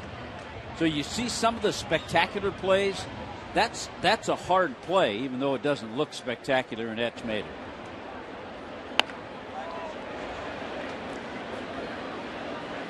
He actually used that left knee to stop himself. Be nice for Urena to finish his night. You would think this is his last inning, and he's probably out there because of where the Marlins are in the Yankee order.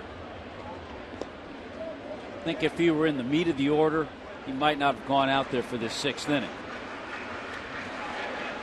Mason Williams has singled and bounced out. RBI hits Alex Rodriguez and Carlos Beltran.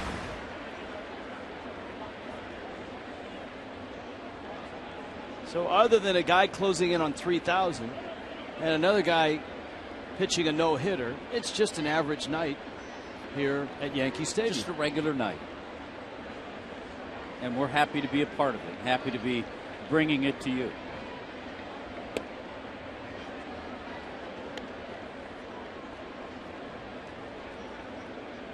Well, the Yankees have thrown 10 no-hitters in their history. That includes a couple perfect games. They've never had a combined no-hitter, which this one might have to be if it gets that far. That is a nice, tidy, brief inning for Jose Urena. 2-0 Yankees on to the 7th.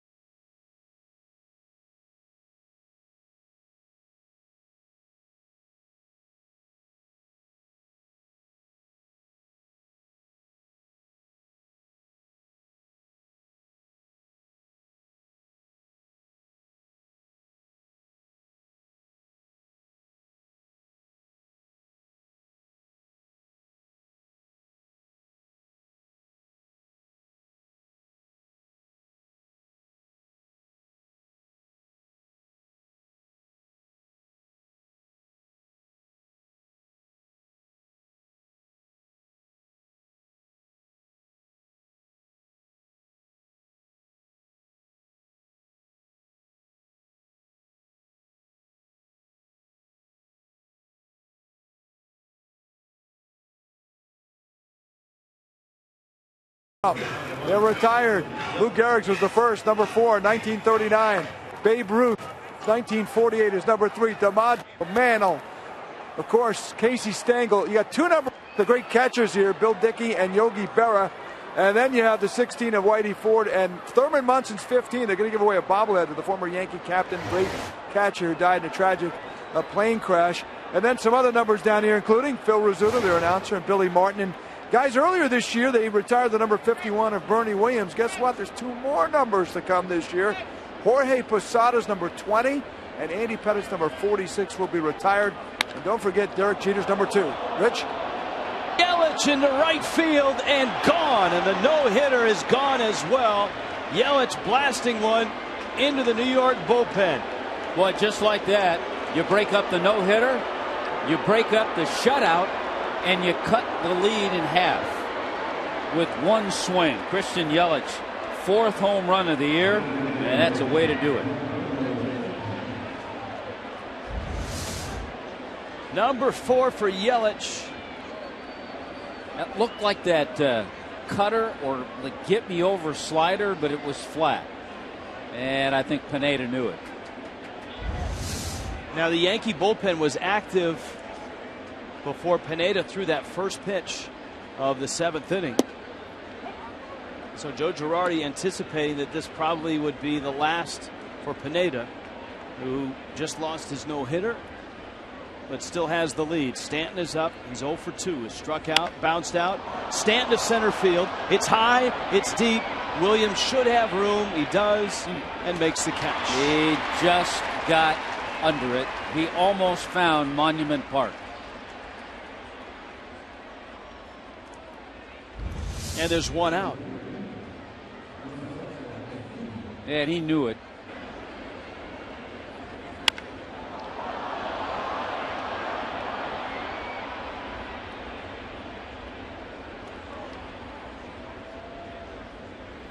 Marlins bench was hopeful. Now Ozuna, and you've got Justin Bour behind him. And that time the get-me-over slider didn't get over. It's 1-0. So 2-1 now.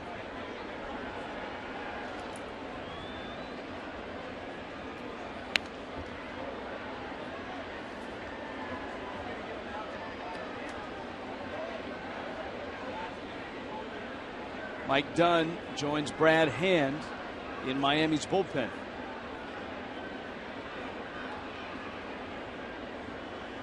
That's interesting. 2 left-handers.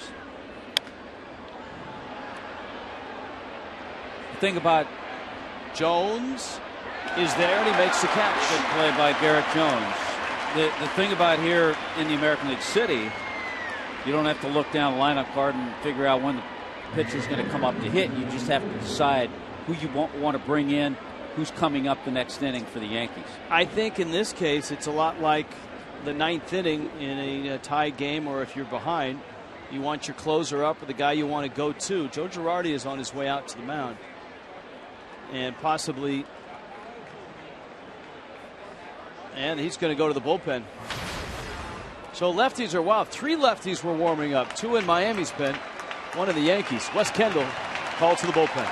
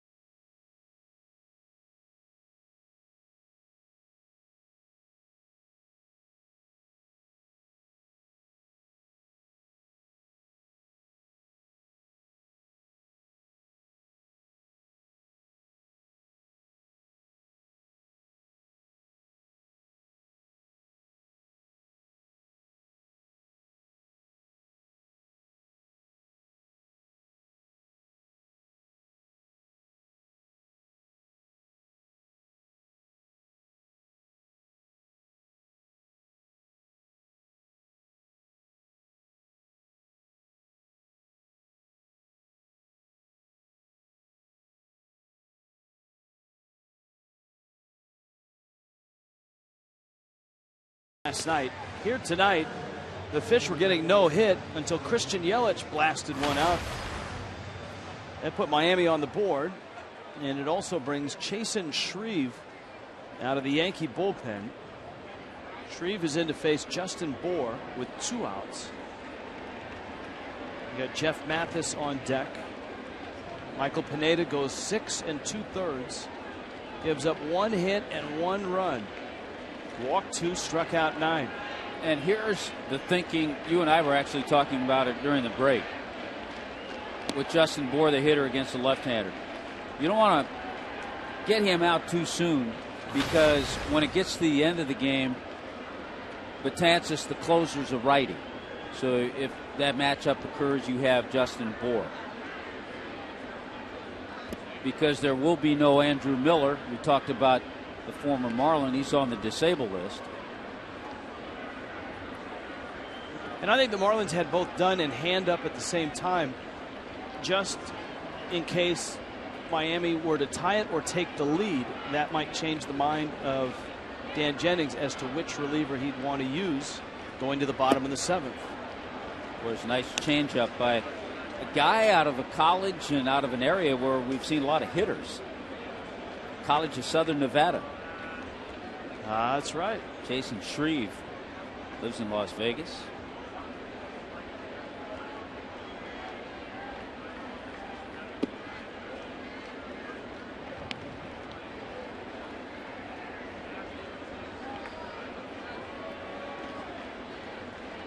Two and 2.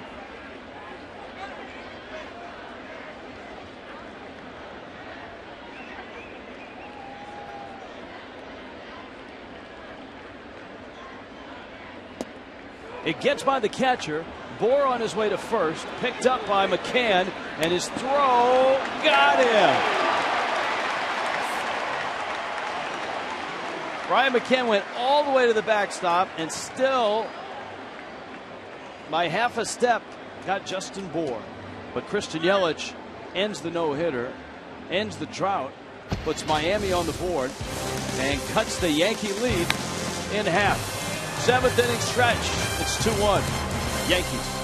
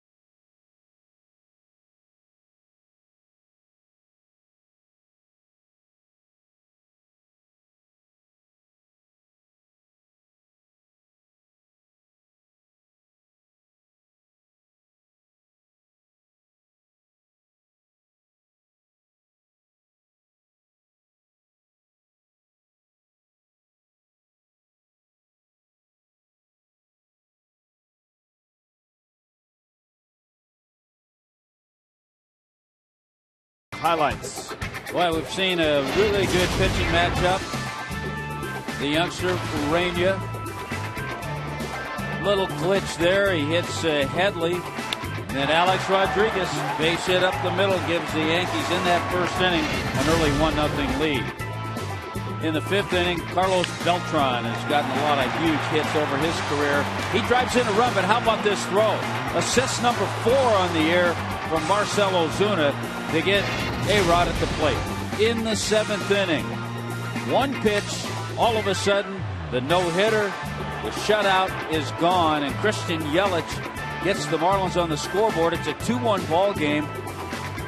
Urania threw out the walks, the 4 walks, the hit batter, worked through 6 innings. A quality start, just gave up a couple of runs. And on the other hand, Michael Pineda, 9 strikeouts in his 6 2/3. So it's a 2-1 ball game with the Yankees here in the bottom of the 7th. Brad Hand comes into work. We were talking about the College of Southern Nevada. Mike Dunn, a pitcher out of that area. So a couple of left-handers. We saw Shreve come in and get an out. And now it's up to Brad Hand to keep it a 1-run ball game. And he'll get the top of the order for the New York Yankees. So the no-hitter is gone, but Alex Rodriguez remains. And if you're just arriving in this ball game, Alex Rodriguez has 2 hits tonight. He's 2 for 2 with a walk. And he is 3 shy of 3,000 hits in his career. Of course, the Marlins and the Yankees are right back here tomorrow night. Matt Latos will be pitching for Miami, and CC Sabathia for the Yankees.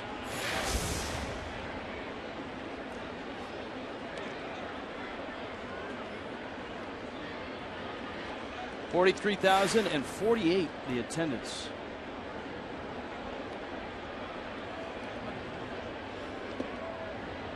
There's Brett Gardner. A little cozier than older Yankee Stadium, which held more. The fans here love the concourses. They're very wide, very similar to Marlins Park, where you can step back, get a beverage, get something to eat. A lot of room to walk around, a lot of areas to watch the game. Big screen TVs all over. Same architect who designed this ballpark also designed Marlins Park.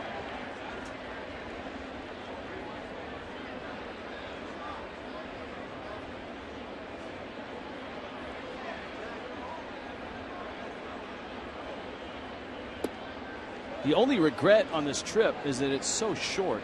Yeah. It's just 2 games, and the Marlins traveling party didn't get to the hotel in Manhattan until 3:45, and so by the time you got your bag and got to bed, it was well past 4.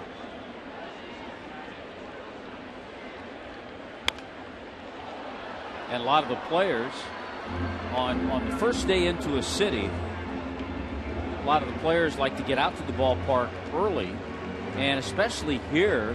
So you have players that were going to bed at that time getting here early, especially in this ballpark, to get a feel for it, to check out the fences if you're an outfielder, check out the infield if you're an infielder.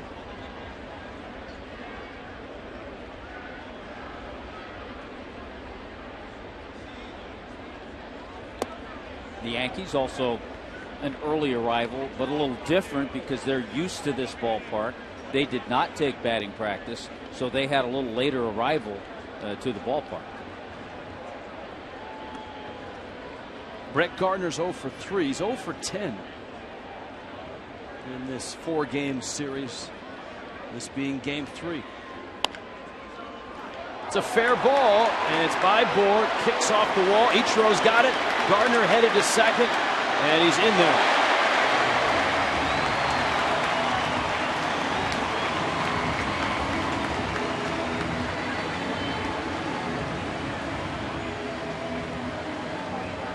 He can fly, and he was thinking 2 bases. Good effort by Justin Bohr. This ball just stung by Gardner, and Gardner thinking double all the way. And there's an area that the Yankees miss. They miss Gardner and Ellsbury. Ellsbury on the disabled list with a right knee sprain. So they miss those 2 guys at the top of the order. There's Gardner out of the box, a good turn, and just beats a perfect throw from Ichiro.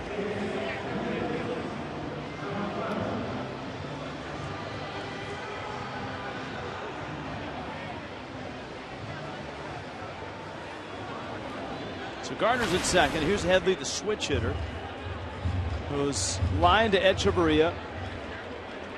Singled in the 5th. Was hit back in the 1st. You got McCann, then you got Alex Rodriguez.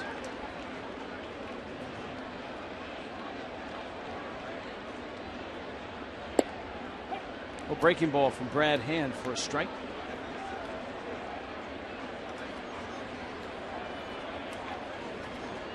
Headley, the one-time Padre, signing a very lucrative contract with the Yankees. Did not have a great year last year, splitting his time between San Diego and New York. For the year that he had last year, it was a surprise the contract he got from the Yankees. The biggest year of his career was 2012. He was a Gold Glover, a Silver Slugger, and 5th in the MVP race. With 31 homers, drove in 115 that year.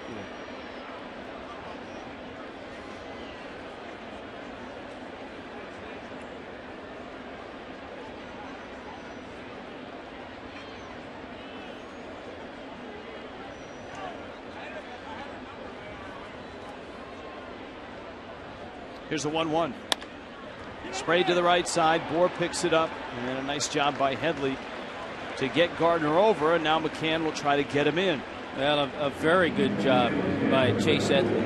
You could see that he clearly was trying to hit that ball to the right side, and he got the job done. Not an easy pick by Bohr at first base either.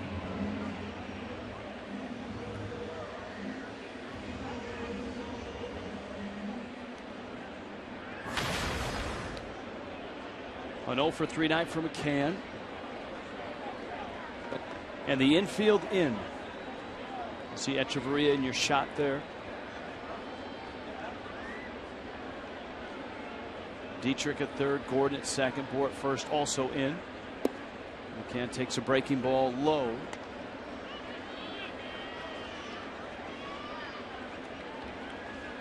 Gary Tuck, bullpen coach, former Marlin bullpen coach. You see that Justin Wilson, Yankee pen in motion.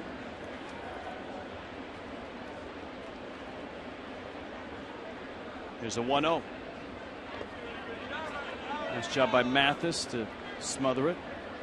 Gardner doubled, opening the 7th. First hitter that Brad Hand faced. Headley moved him over with a ground ball out. And now McCann is sitting on a 2-0 pitch, and Chuck Hernandez is on his way out. The problem here, if you lose McCann, you've got Alex Rodriguez on deck, and in an ideal world, you'd like to face Alex Rodriguez with first base open and a runner at third. Yeah, this is an interesting lineup, not an easy lineup to match up against because of the lefties and also the switch hitters. Because after Alex Rodriguez, you have Garrett Jones, a lefty, then another switch hitter in Carlos Beltran.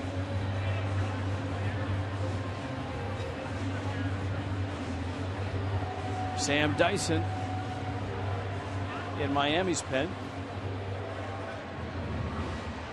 See Garrett Jones standing next to Joe Girardi. He follows Alex Rodriguez.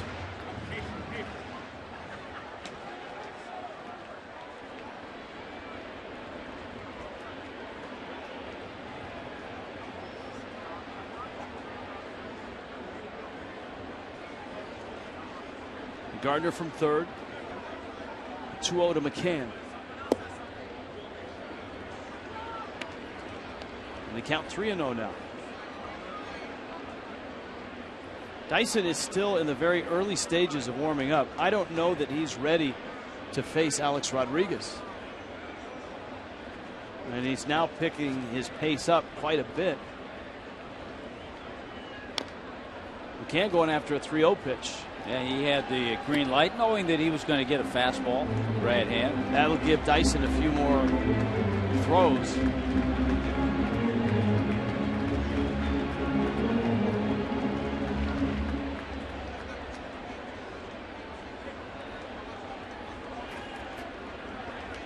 Dyson looks like he's just about ready now.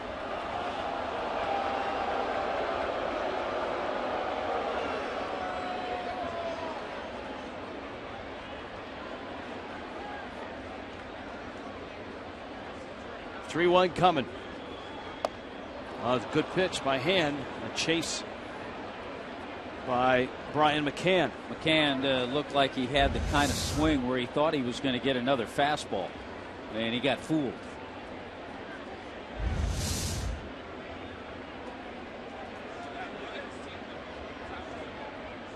One out. Brett Gardner away from third.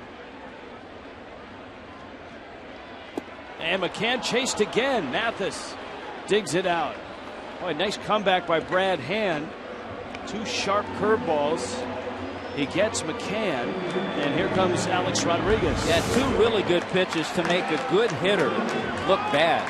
And you have to see Brian McCann over the years, and you can tell by his reaction, he can't believe he swung at that pitch in that situation. So nice job by Brad Hand. Pitches 5 and 6, the last 2 that he swung at, both swinging strikes. And this is the importance of Hand getting McCann, is now he can stay in the ballgame to face Garrett Jones. Or a pinch hitter. Or a pinch hitter. Joe Girardi has Teixeira. Chris Young could be choices, or he may stay with Garrett Jones.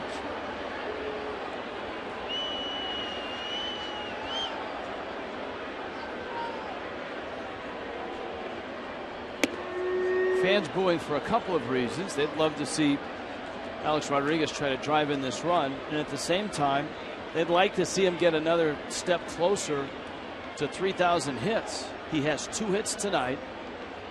He is 3 shy of 3,000.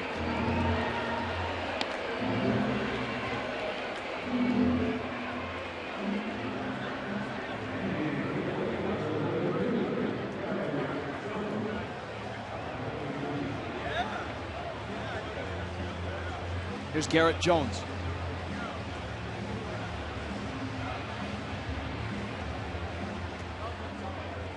At the corners. 2-1 ball game, bottom 7. A Christian Yelich home run is the only hit for Miami.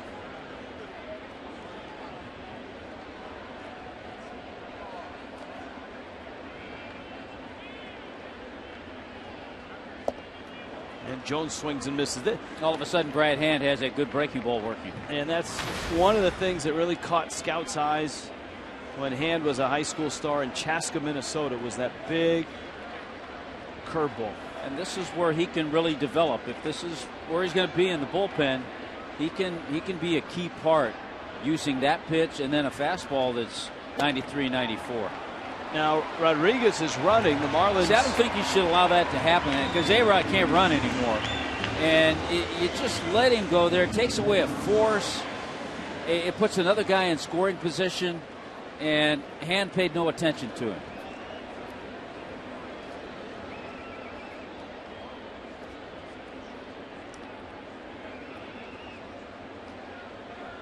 Here's the 1-1. Diving catch by Bohr. He snow cones it and holds it. Here's the caveat to that, though. With him going to second, Bohr plays off the bag a little further and is able to make that play. How about it? So it all works out in the end. It all worked out. For Brad Hand, it worked out. And for the Marlins. 7 innings in the Bronx. The Yankees have got 2, and the Marlins have 1.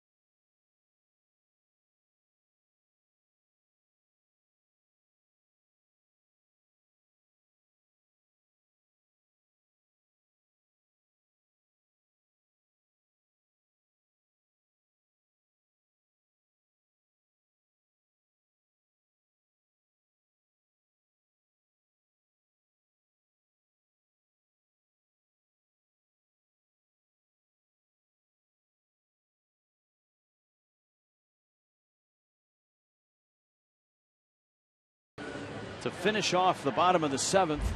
Off the bat of Garrett Jones. Jones hits this ball hard. Look at the extension. He's trying to pretend he's a Danny Echeverria. Great leap by Justin Bour, and you get a little snow cone action there, and he hangs on. Beautiful sight. Notice how he turned the glove over when he landed. If the glove hits the other way, the ball may pop out. Another left-hander out of the Yankee bullpen, Justin Wilson. He delivers a fastball to Jeff Mathis. Got a Danny Echeverria and Ichiro. Bottom third of the order here in the 8th. Miami's down a run. You see Wilson's numbers. He's not allowed a run over his last 9 appearances.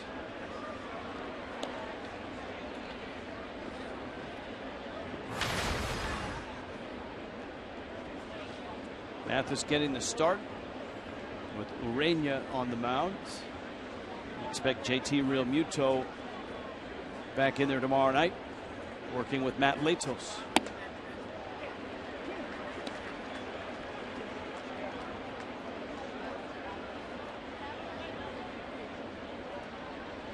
And Betances, the big closer for the Yankees, is up. Mike Dunn for the 2nd time up for Miami.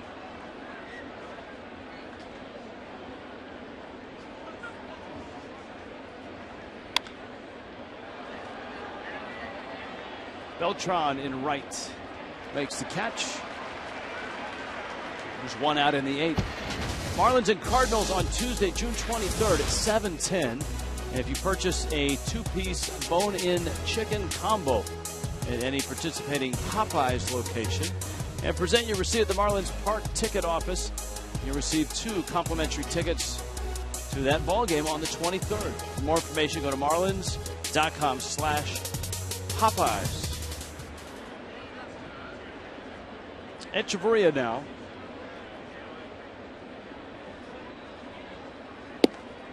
Wilson, a star pitcher at Fresno State. He earned the win in the deciding game of the 2008 College World Series. Fresno State beating Georgia and winning the championship. He was a starter. He went 8 innings in that ball game, gave up just 1 earned run. And we saw the left-hander Shreve, Jason Shreve, last inning. Another lefty here in Wilson. Wilson, the principal piece coming over from the Pirates in the Francisco Cervelli trade. And Francisco Cervelli, I think, is surprising a lot of people with the year that he is having for the Pirates. Not a guy that has ever really caught on an everyday basis because of injuries or because of lack of performance. Getting a chance in Pittsburgh and taking full advantage of it.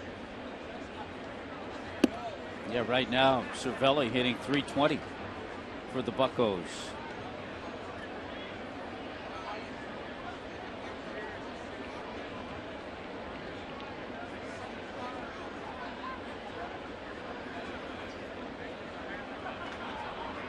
There's some rain around baseball tonight.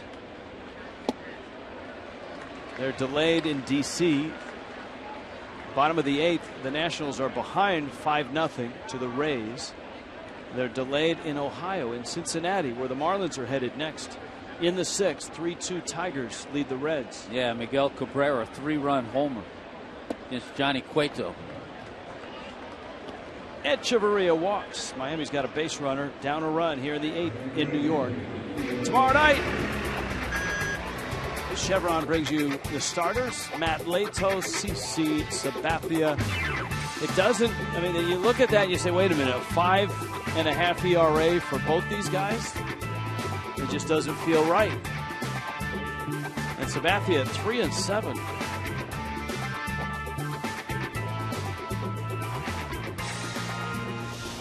Here now is Ichiro. Ball in the dirt, picked nicely by McCann. McCann told me yesterday that he and Gary Tuck have worked an awful lot together, and that he feels like his catching and throwing have improved. Yeah, I think you can see that in him. And he's changed his entire approach.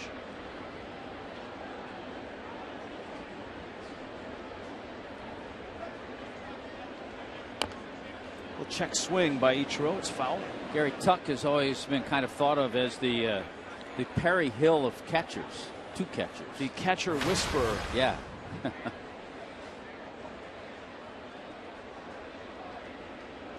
We know what Perry Hill is to the infielders.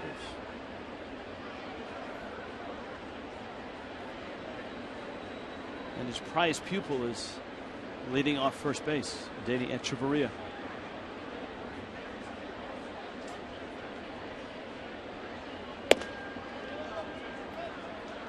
Oh, Wilson certainly can bring it. He's been a part of Pittsburgh's bullpen for the last 3 years.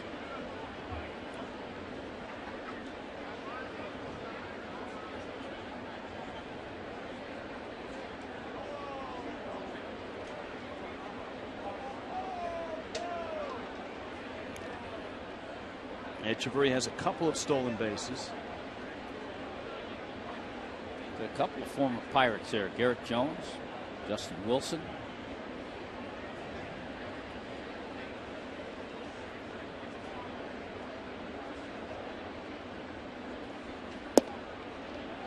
The count goes 3-1. See if Ichiro picks his spot. We see him on occasion open up, turn on a ball. He probably is going to get a fastball here. Of course, then again, McCann thought he was going to get one too for Brad Hand. He does. And he pulls it into right field. Echeverria around second, on his way to third. You could see Ichiro roll that top hand over on the swing and hook it through the infield. And he had to open up a little quicker. He said, okay, I'm going to get a fastball. I'm not going to try to flip this. Got a hole open. There he is. He opens up. Top hand comes over. Finds that hole. Yeah, he's a smart hitter.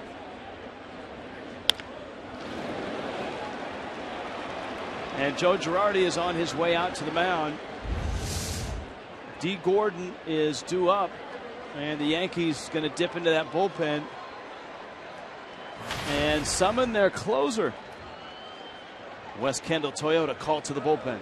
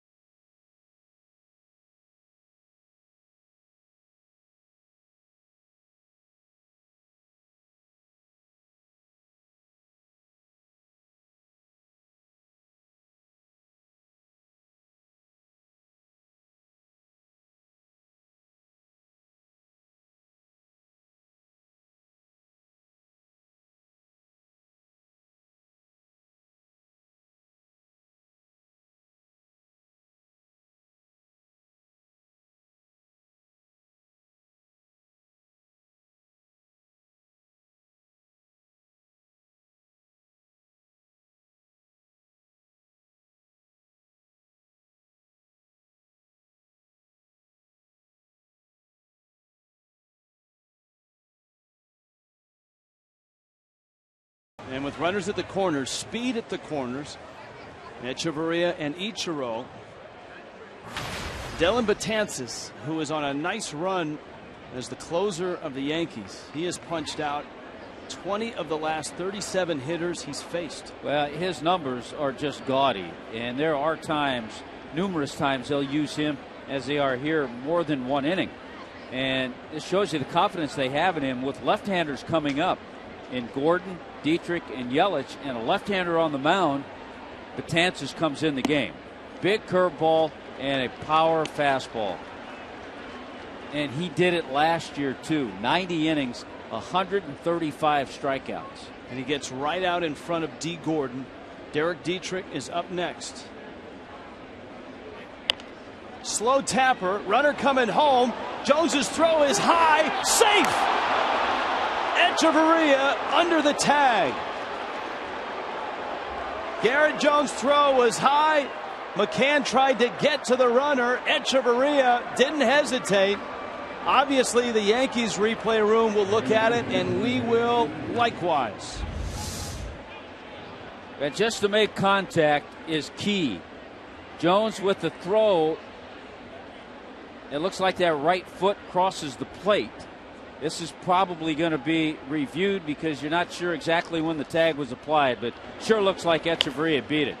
Looks like the tag was on the left knee. Going on contact. Going on contact. And I think they are going to take a look at it. Why not? Well, we haven't seen a definitive look. The Yankees may just say, you know what, it's worth a look. It's worth a shot. Let's take a shot at this one. But we'll try to get you a better look while the umpires get on headset and go south of here down into Chelsea Piers, where they have the Major League Baseball replay room. Here's a look. Watch the right foot. See, he could be tagging him there before the foot gets to the plate. There is an overhead look as well that the crowd just saw, and they've reacted as if to think he's out.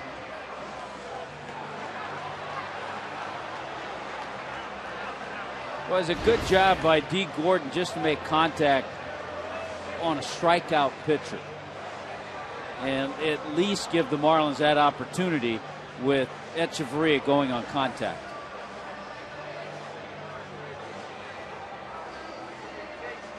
All right, this is that overhead look that the fans just saw and reacted to from our friends at Yes.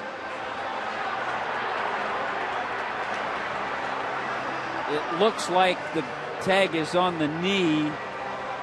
Boy, that's close. But from that angle, it almost looks like he's out.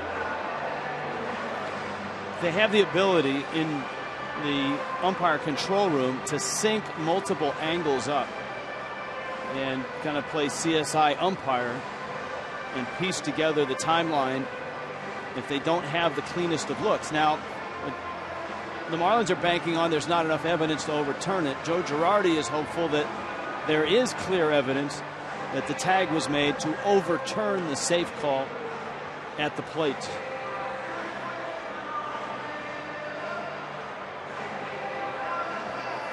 Dale Scott is the crew chief, and he was the one that made the call at home plate, and obviously it's a big one. It's a good play if you're the Marlins. I mean, Echeverria, yeah, you have to do that. There's no question. Down a run, you go on contact, you force the throw.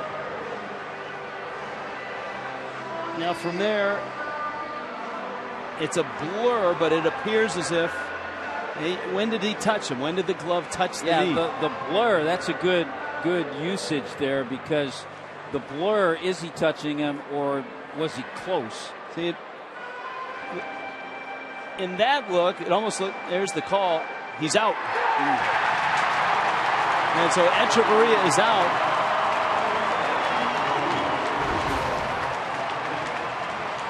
Dan Jennings from the Marlins dugout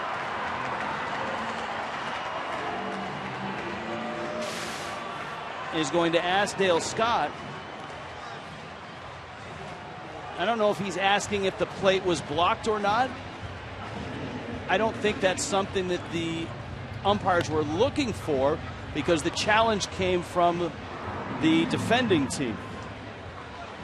Dan Jennings getting confirmation to whatever question he had to Dale Scott. 2 minutes and 41 seconds. It's a big challenge overturned, and it's still 2-1. Big challenge. If that goes the other way, it's a tie game. And so Gordon remains at first. Ichiro is at second. And it's down to Dietrich and Betances with 2 outs in the 8th. Fastball, lined right field. Beltran back there, and he makes the catch. And the Marlins come up just short in the 8th.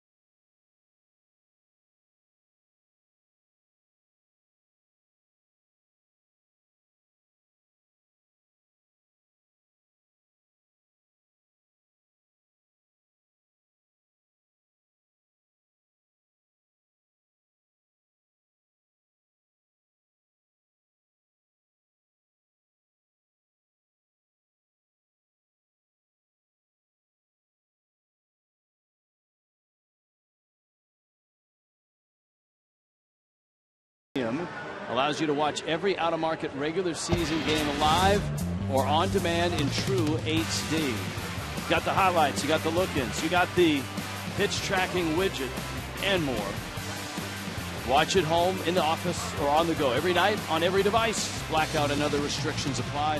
Visit MLB.tv for details.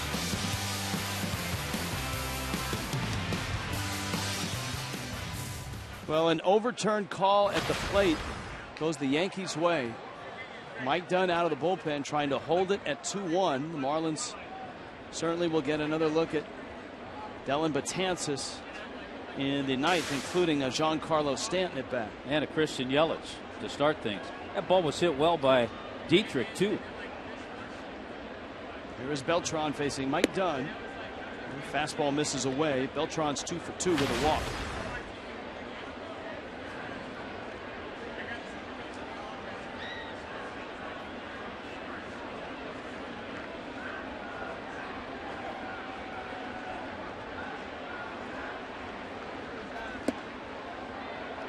You mentioned earlier, Rich, the streakiness of the Yankees. They've won 1 of their last 6. They started the season 3-6. Then they started to roll. They went 18-6. But then they went 5-13. And they turned that around and had a 7-0 run. So it's been that way all year.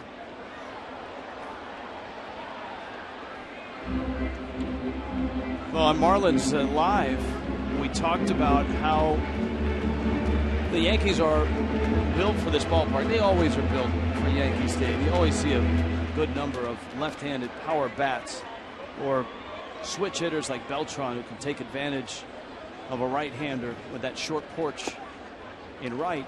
And the Yankees have played a lot more games on the road than they have at home this year. So you would expect with more home games,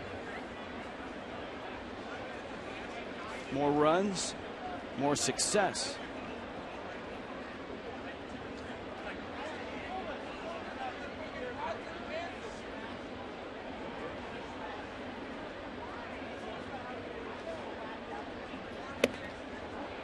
Fastball and a swing and a miss. Major League Baseball always gives us a report on the replay, and the decisive look was the overhead look.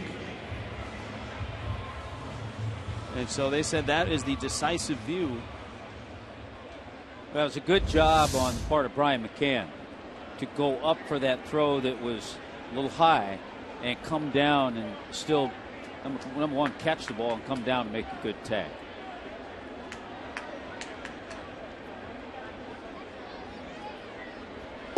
Didi Gregorius takes outside. Gregorius is 0 for 3. But you take that chance 10 out of 10 times on going on contact.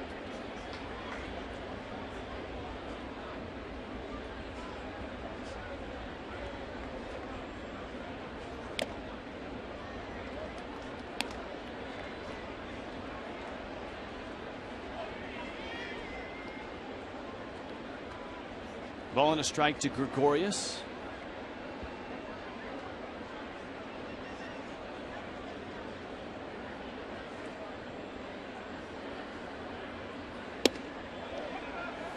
In the ninth, Christian Yelich, Giancarlo Stanton, Marcell Ozuna. And if anybody reaches, Justin Bour.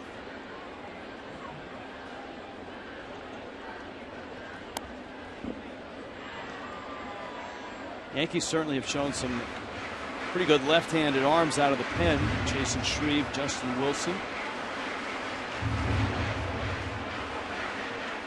Joe Girardi asking Betances to get a 5-out save.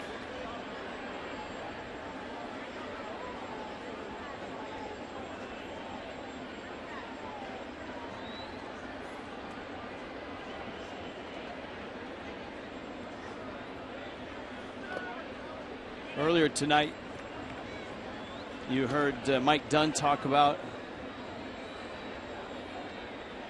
coming into this ballpark and how special it is.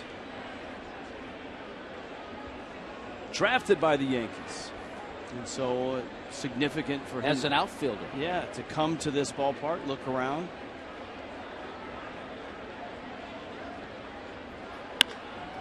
Center field, Ozuna is there and he makes the catch. So 2 outs, T-Mobile game changer. Jose Fernandez rehab start. Look at the strikeouts, 10 of them. The 1 run he gave up was a solo homer. He's expected to make his major league return here on Fox Sports Florida on July 2nd against the Giants. So certainly good news for Dan Jennings. That would be 2 more rehab starts before that July 2nd start.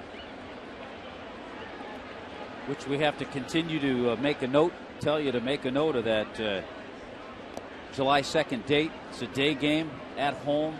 On the schedule, it shows no TV, but we will be there. We will be televising.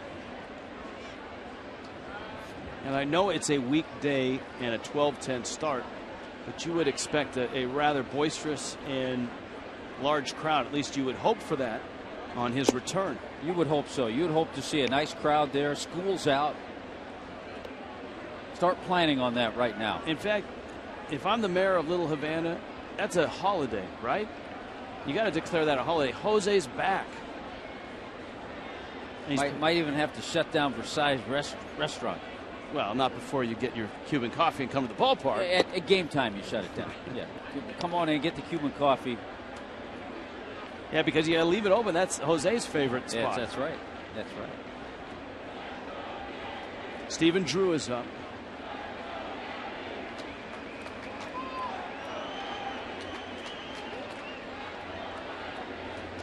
There's the 2-1.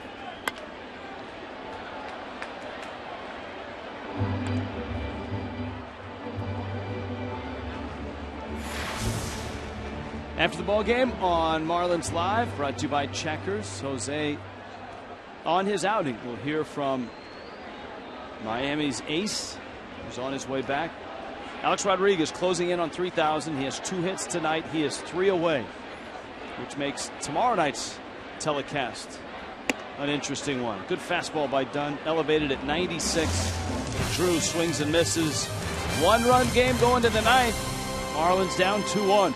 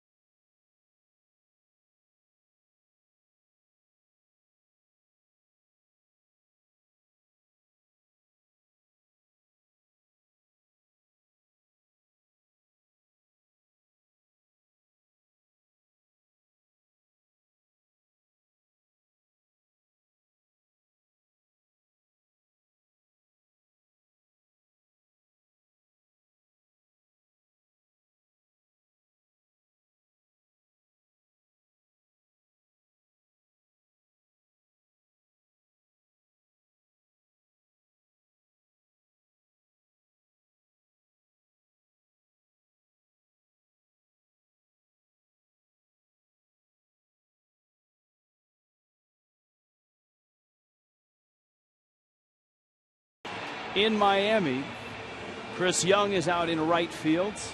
This the first of 2 in the Bronx. Christian Yelich with our Warren Henry drive of the game. The Marlins were getting no hit by Michael Pineda until Christian Yelich knocked one out to right center. Boy, just a beautiful swing. Opened up nicely on that. Looked like a slider. Came in on him a little bit. Dylan Betances got the last 2 outs in the 8th inning. That play at the plate, which was originally called safe, would have tied the game, overturned upon review. Yelich can't hold up. There's that good curveball you talked about. Boy, that's sharp. It's a hard breaking ball. To lefties, he likes to do what he did just there.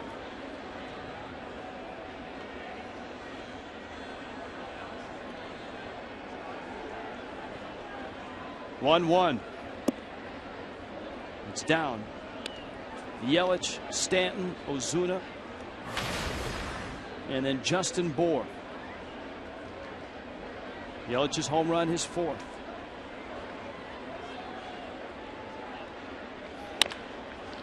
Chopper out to short. Gregorius just gets Yelich. That was close.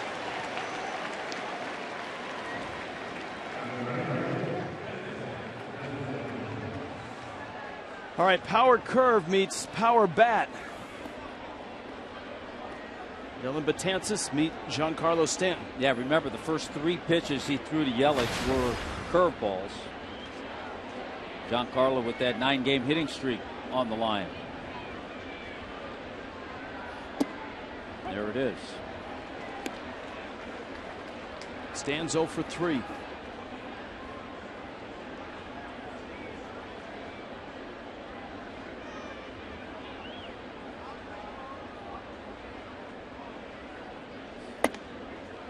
Fastball up 99. You combine that power curve with 99. It gives you 2 different eye levels. Betances is born right here in New York. And Stanton swinging at a pitch in the dirt.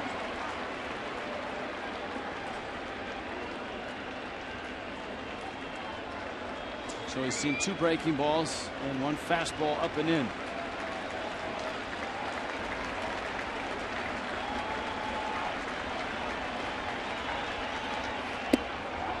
Wow. A knee buckler right down the heart of the plate.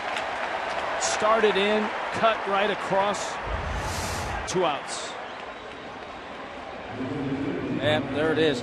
See, he throws a couple of different types. That one was more across. Sometimes it's straight 12-6. But as you pointed out, then he's got that fastball that's 98 that he'll ride up in the strike zone.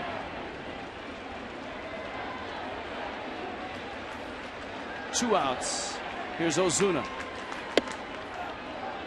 Breaking ball misses in.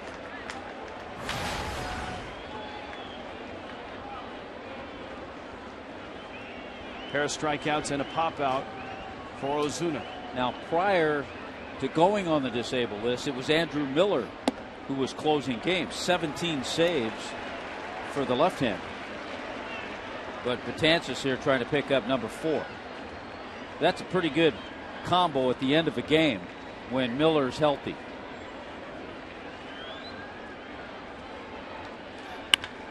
Ozuna cracks one into left field, a base hit.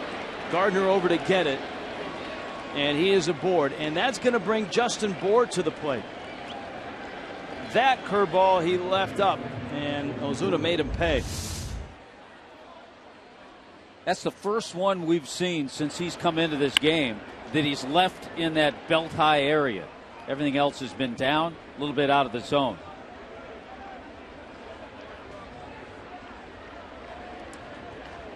Betances not happy.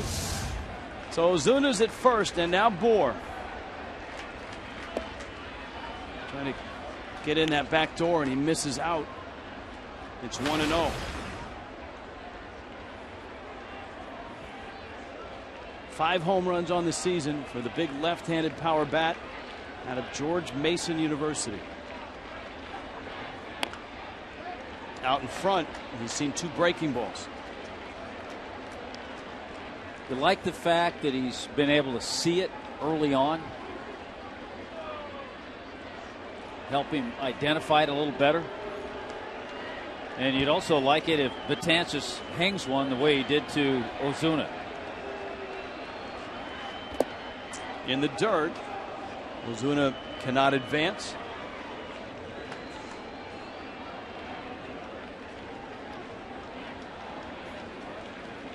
Miami down to their last out. 2-1 Yankees.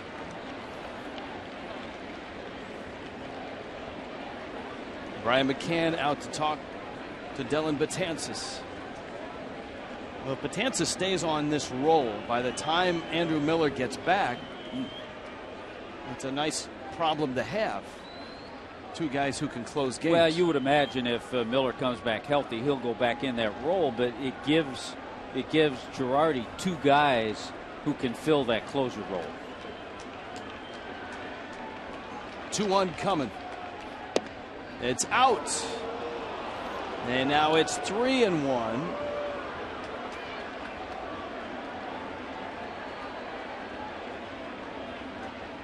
Jeff Mathis is on deck.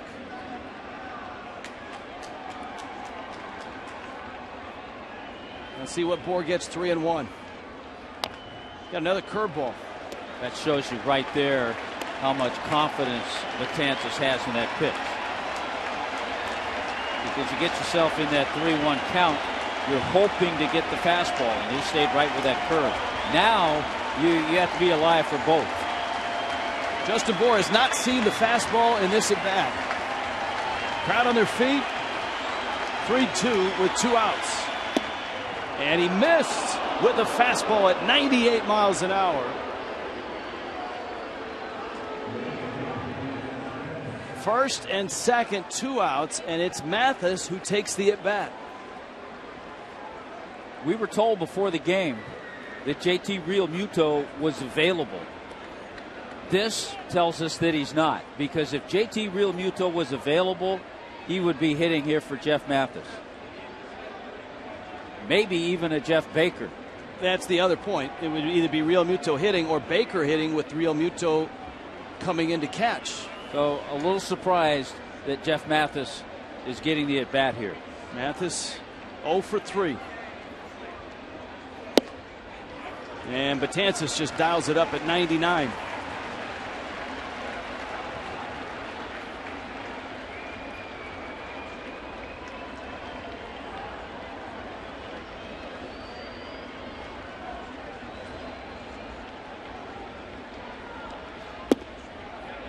Breaking ball, and Mathis kind of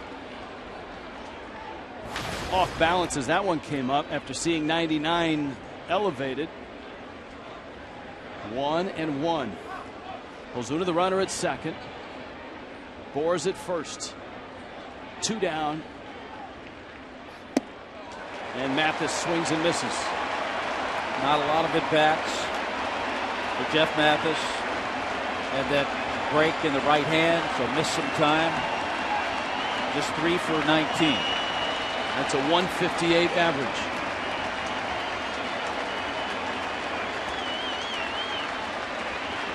One, 2. He got him on a breaking ball, and the Yankees win. It wasn't easy at the end for Dellin Betances, but he strikes out Jeff Mathis. And that finishes the night for the Fish. Home run challenge, 12,500 raised. Christian Yelich homering. You can donate to the home run challenge to help raise funds to fight prostate cancer. HomeRunChallenge.org. Marlins took 2 in Miami. Yankees take the first here at Yankee Stadium. Marlins baseball is brought to you by your South Florida Honda dealers. By Kubota. For more information or to find a participating dealer, go to FloridaKubotaDealers.com. And by Florida Coast Equipment, Florida's largest Kubota dealer. Visit us at FloridaCoastEQ.com.